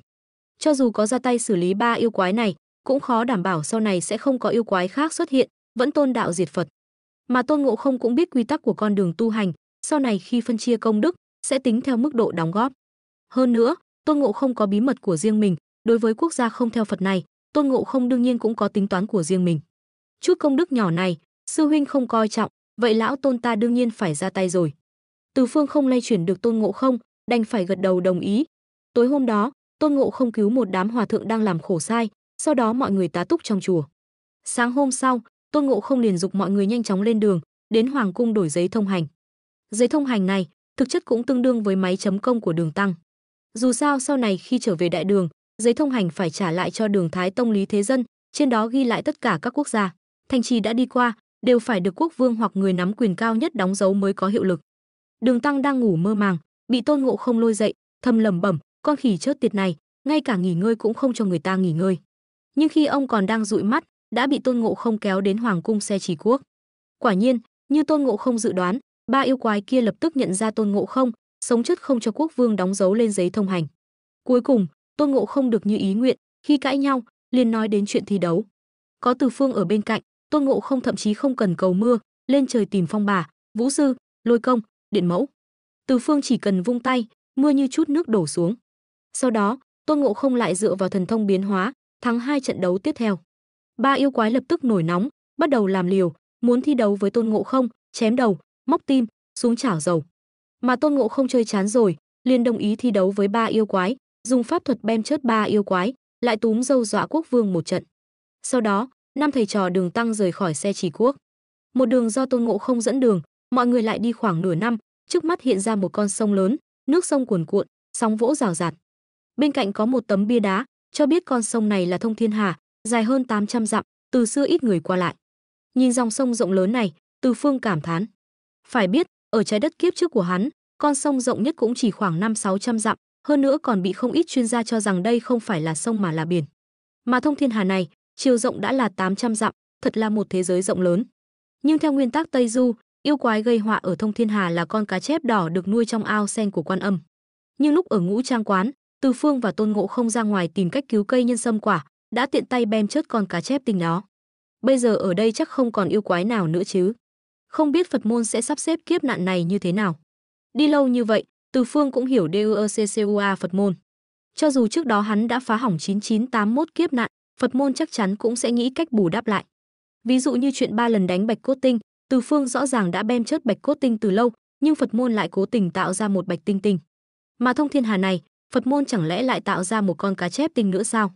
Chưa kịp để Từ Phương cảm thán xong, lão chư mắt tinh đã nhìn thấy một ngôi miếu nguy nga tráng lệ bên bờ sông. Lúc này, khói hương nghi ngút, có không ít hơn trăm người đang thắp hương cầu nguyện. Sư phụ, dòng sông này rộng lớn như vậy, chúng ta nhất thời không có thuyền, trời cũng đã muộn, chi bằng tìm cách tá túc một đêm, sáng mai lại nghĩ cách qua sông. Lão chư vừa thấy có người, bụng liền kêu ủng ục. Đường Tăng cưỡi trên lưng ngựa cũng gật đầu, sau đó nhìn Từ Phương. Ngay cả lão chư chịu đói giỏi như vậy cũng đã đói, ông đương nhiên cũng đã đói meo rồi. Cũng được, trời cũng đã muộn, tìm người ta tá túc thôi. Từ Phương nhìn sắc trời, cũng gật đầu. Năm thầy trò Đường TANGDIEU chỉnh hướng đi về phía ngôi miếu. Nhưng khi đến gần ngôi miếu, Từ Phương đột nhiên sững người, bởi vì hắn phát hiện bức tượng thần uy nghiêm sừng sững trong miếu, lại chính là hắn. Mặt trời lặn về tây, ánh tà dương chiếu lên bức tượng thần oai phong lẫm liệt, càng thêm bá khí. Thảo nào gần đây ta luôn cảm thấy có chút công đức mơ hồ hội tụ, thì ra ta ở tam giới, ở nơi này còn có một ngôi miếu. Từ Phương bỗng nhiên hiểu ra, ngôi miếu này chắc là sau khi hắn chém chết cá chép tinh, dân làng ở đây tự xây dựng cho hắn. Chậc chậc, sư huynh, đã ở đây có tượng thờ rồi. Giọng Tôn Ngộ Không có chút chua chát. Dù sao lúc đó hắn cũng ở đó, nhưng bức tượng này lại không có phần của hắn. Thực ra cũng không trách được, lúc chém chết cá chép tinh, là một mình Từ Phương ra tay, Tôn Ngộ Không chỉ đứng xem, đương nhiên không được dân làng chú ý. Mà lúc này, những dân làng đang cúng bái, bỗng nhiên nhìn thấy năm thầy trò Đường Tăng. Dù sao Đường Tăng, Từ Phương và Tôn Ngộ Không tạm thời không tính, chiều cao của ba người này không quá nổi bật. Mà lão chư cao khoảng 2-3 mét, lão Sa càng cao đến 4-5 mét. Hai người như hai tòa tháp sắt, tướng mạo lại xấu xí, đi tới như vậy, những dân làng kia muốn không nhìn thấy cũng khó. Yêu quái đến rồi. Mau chạy. Chạy cái gì? Chúng ta có thần tiên bảo vệ. Đúng vậy, yêu quái, các ngươi đừng lại gần, nếu không thần tiên sẽ giáng sấm sét đánh chết các ngươi. Cầu đại tiên hiển linh, có yêu quái đến miếu của ngài rồi. Những người dân nhìn thấy lão chư và lão Sa đều sợ hãi. Từ Phương ở phía sau thầm gật đầu, đây mới là phản ứng bình thường chứ. Đồ phàm nhân ngu xuẩn. Tôn Ngộ Không có chút không chịu nổi, một gậy hất lui lão chư và lão Sa, rồi vác thiết bảng đi tới quát.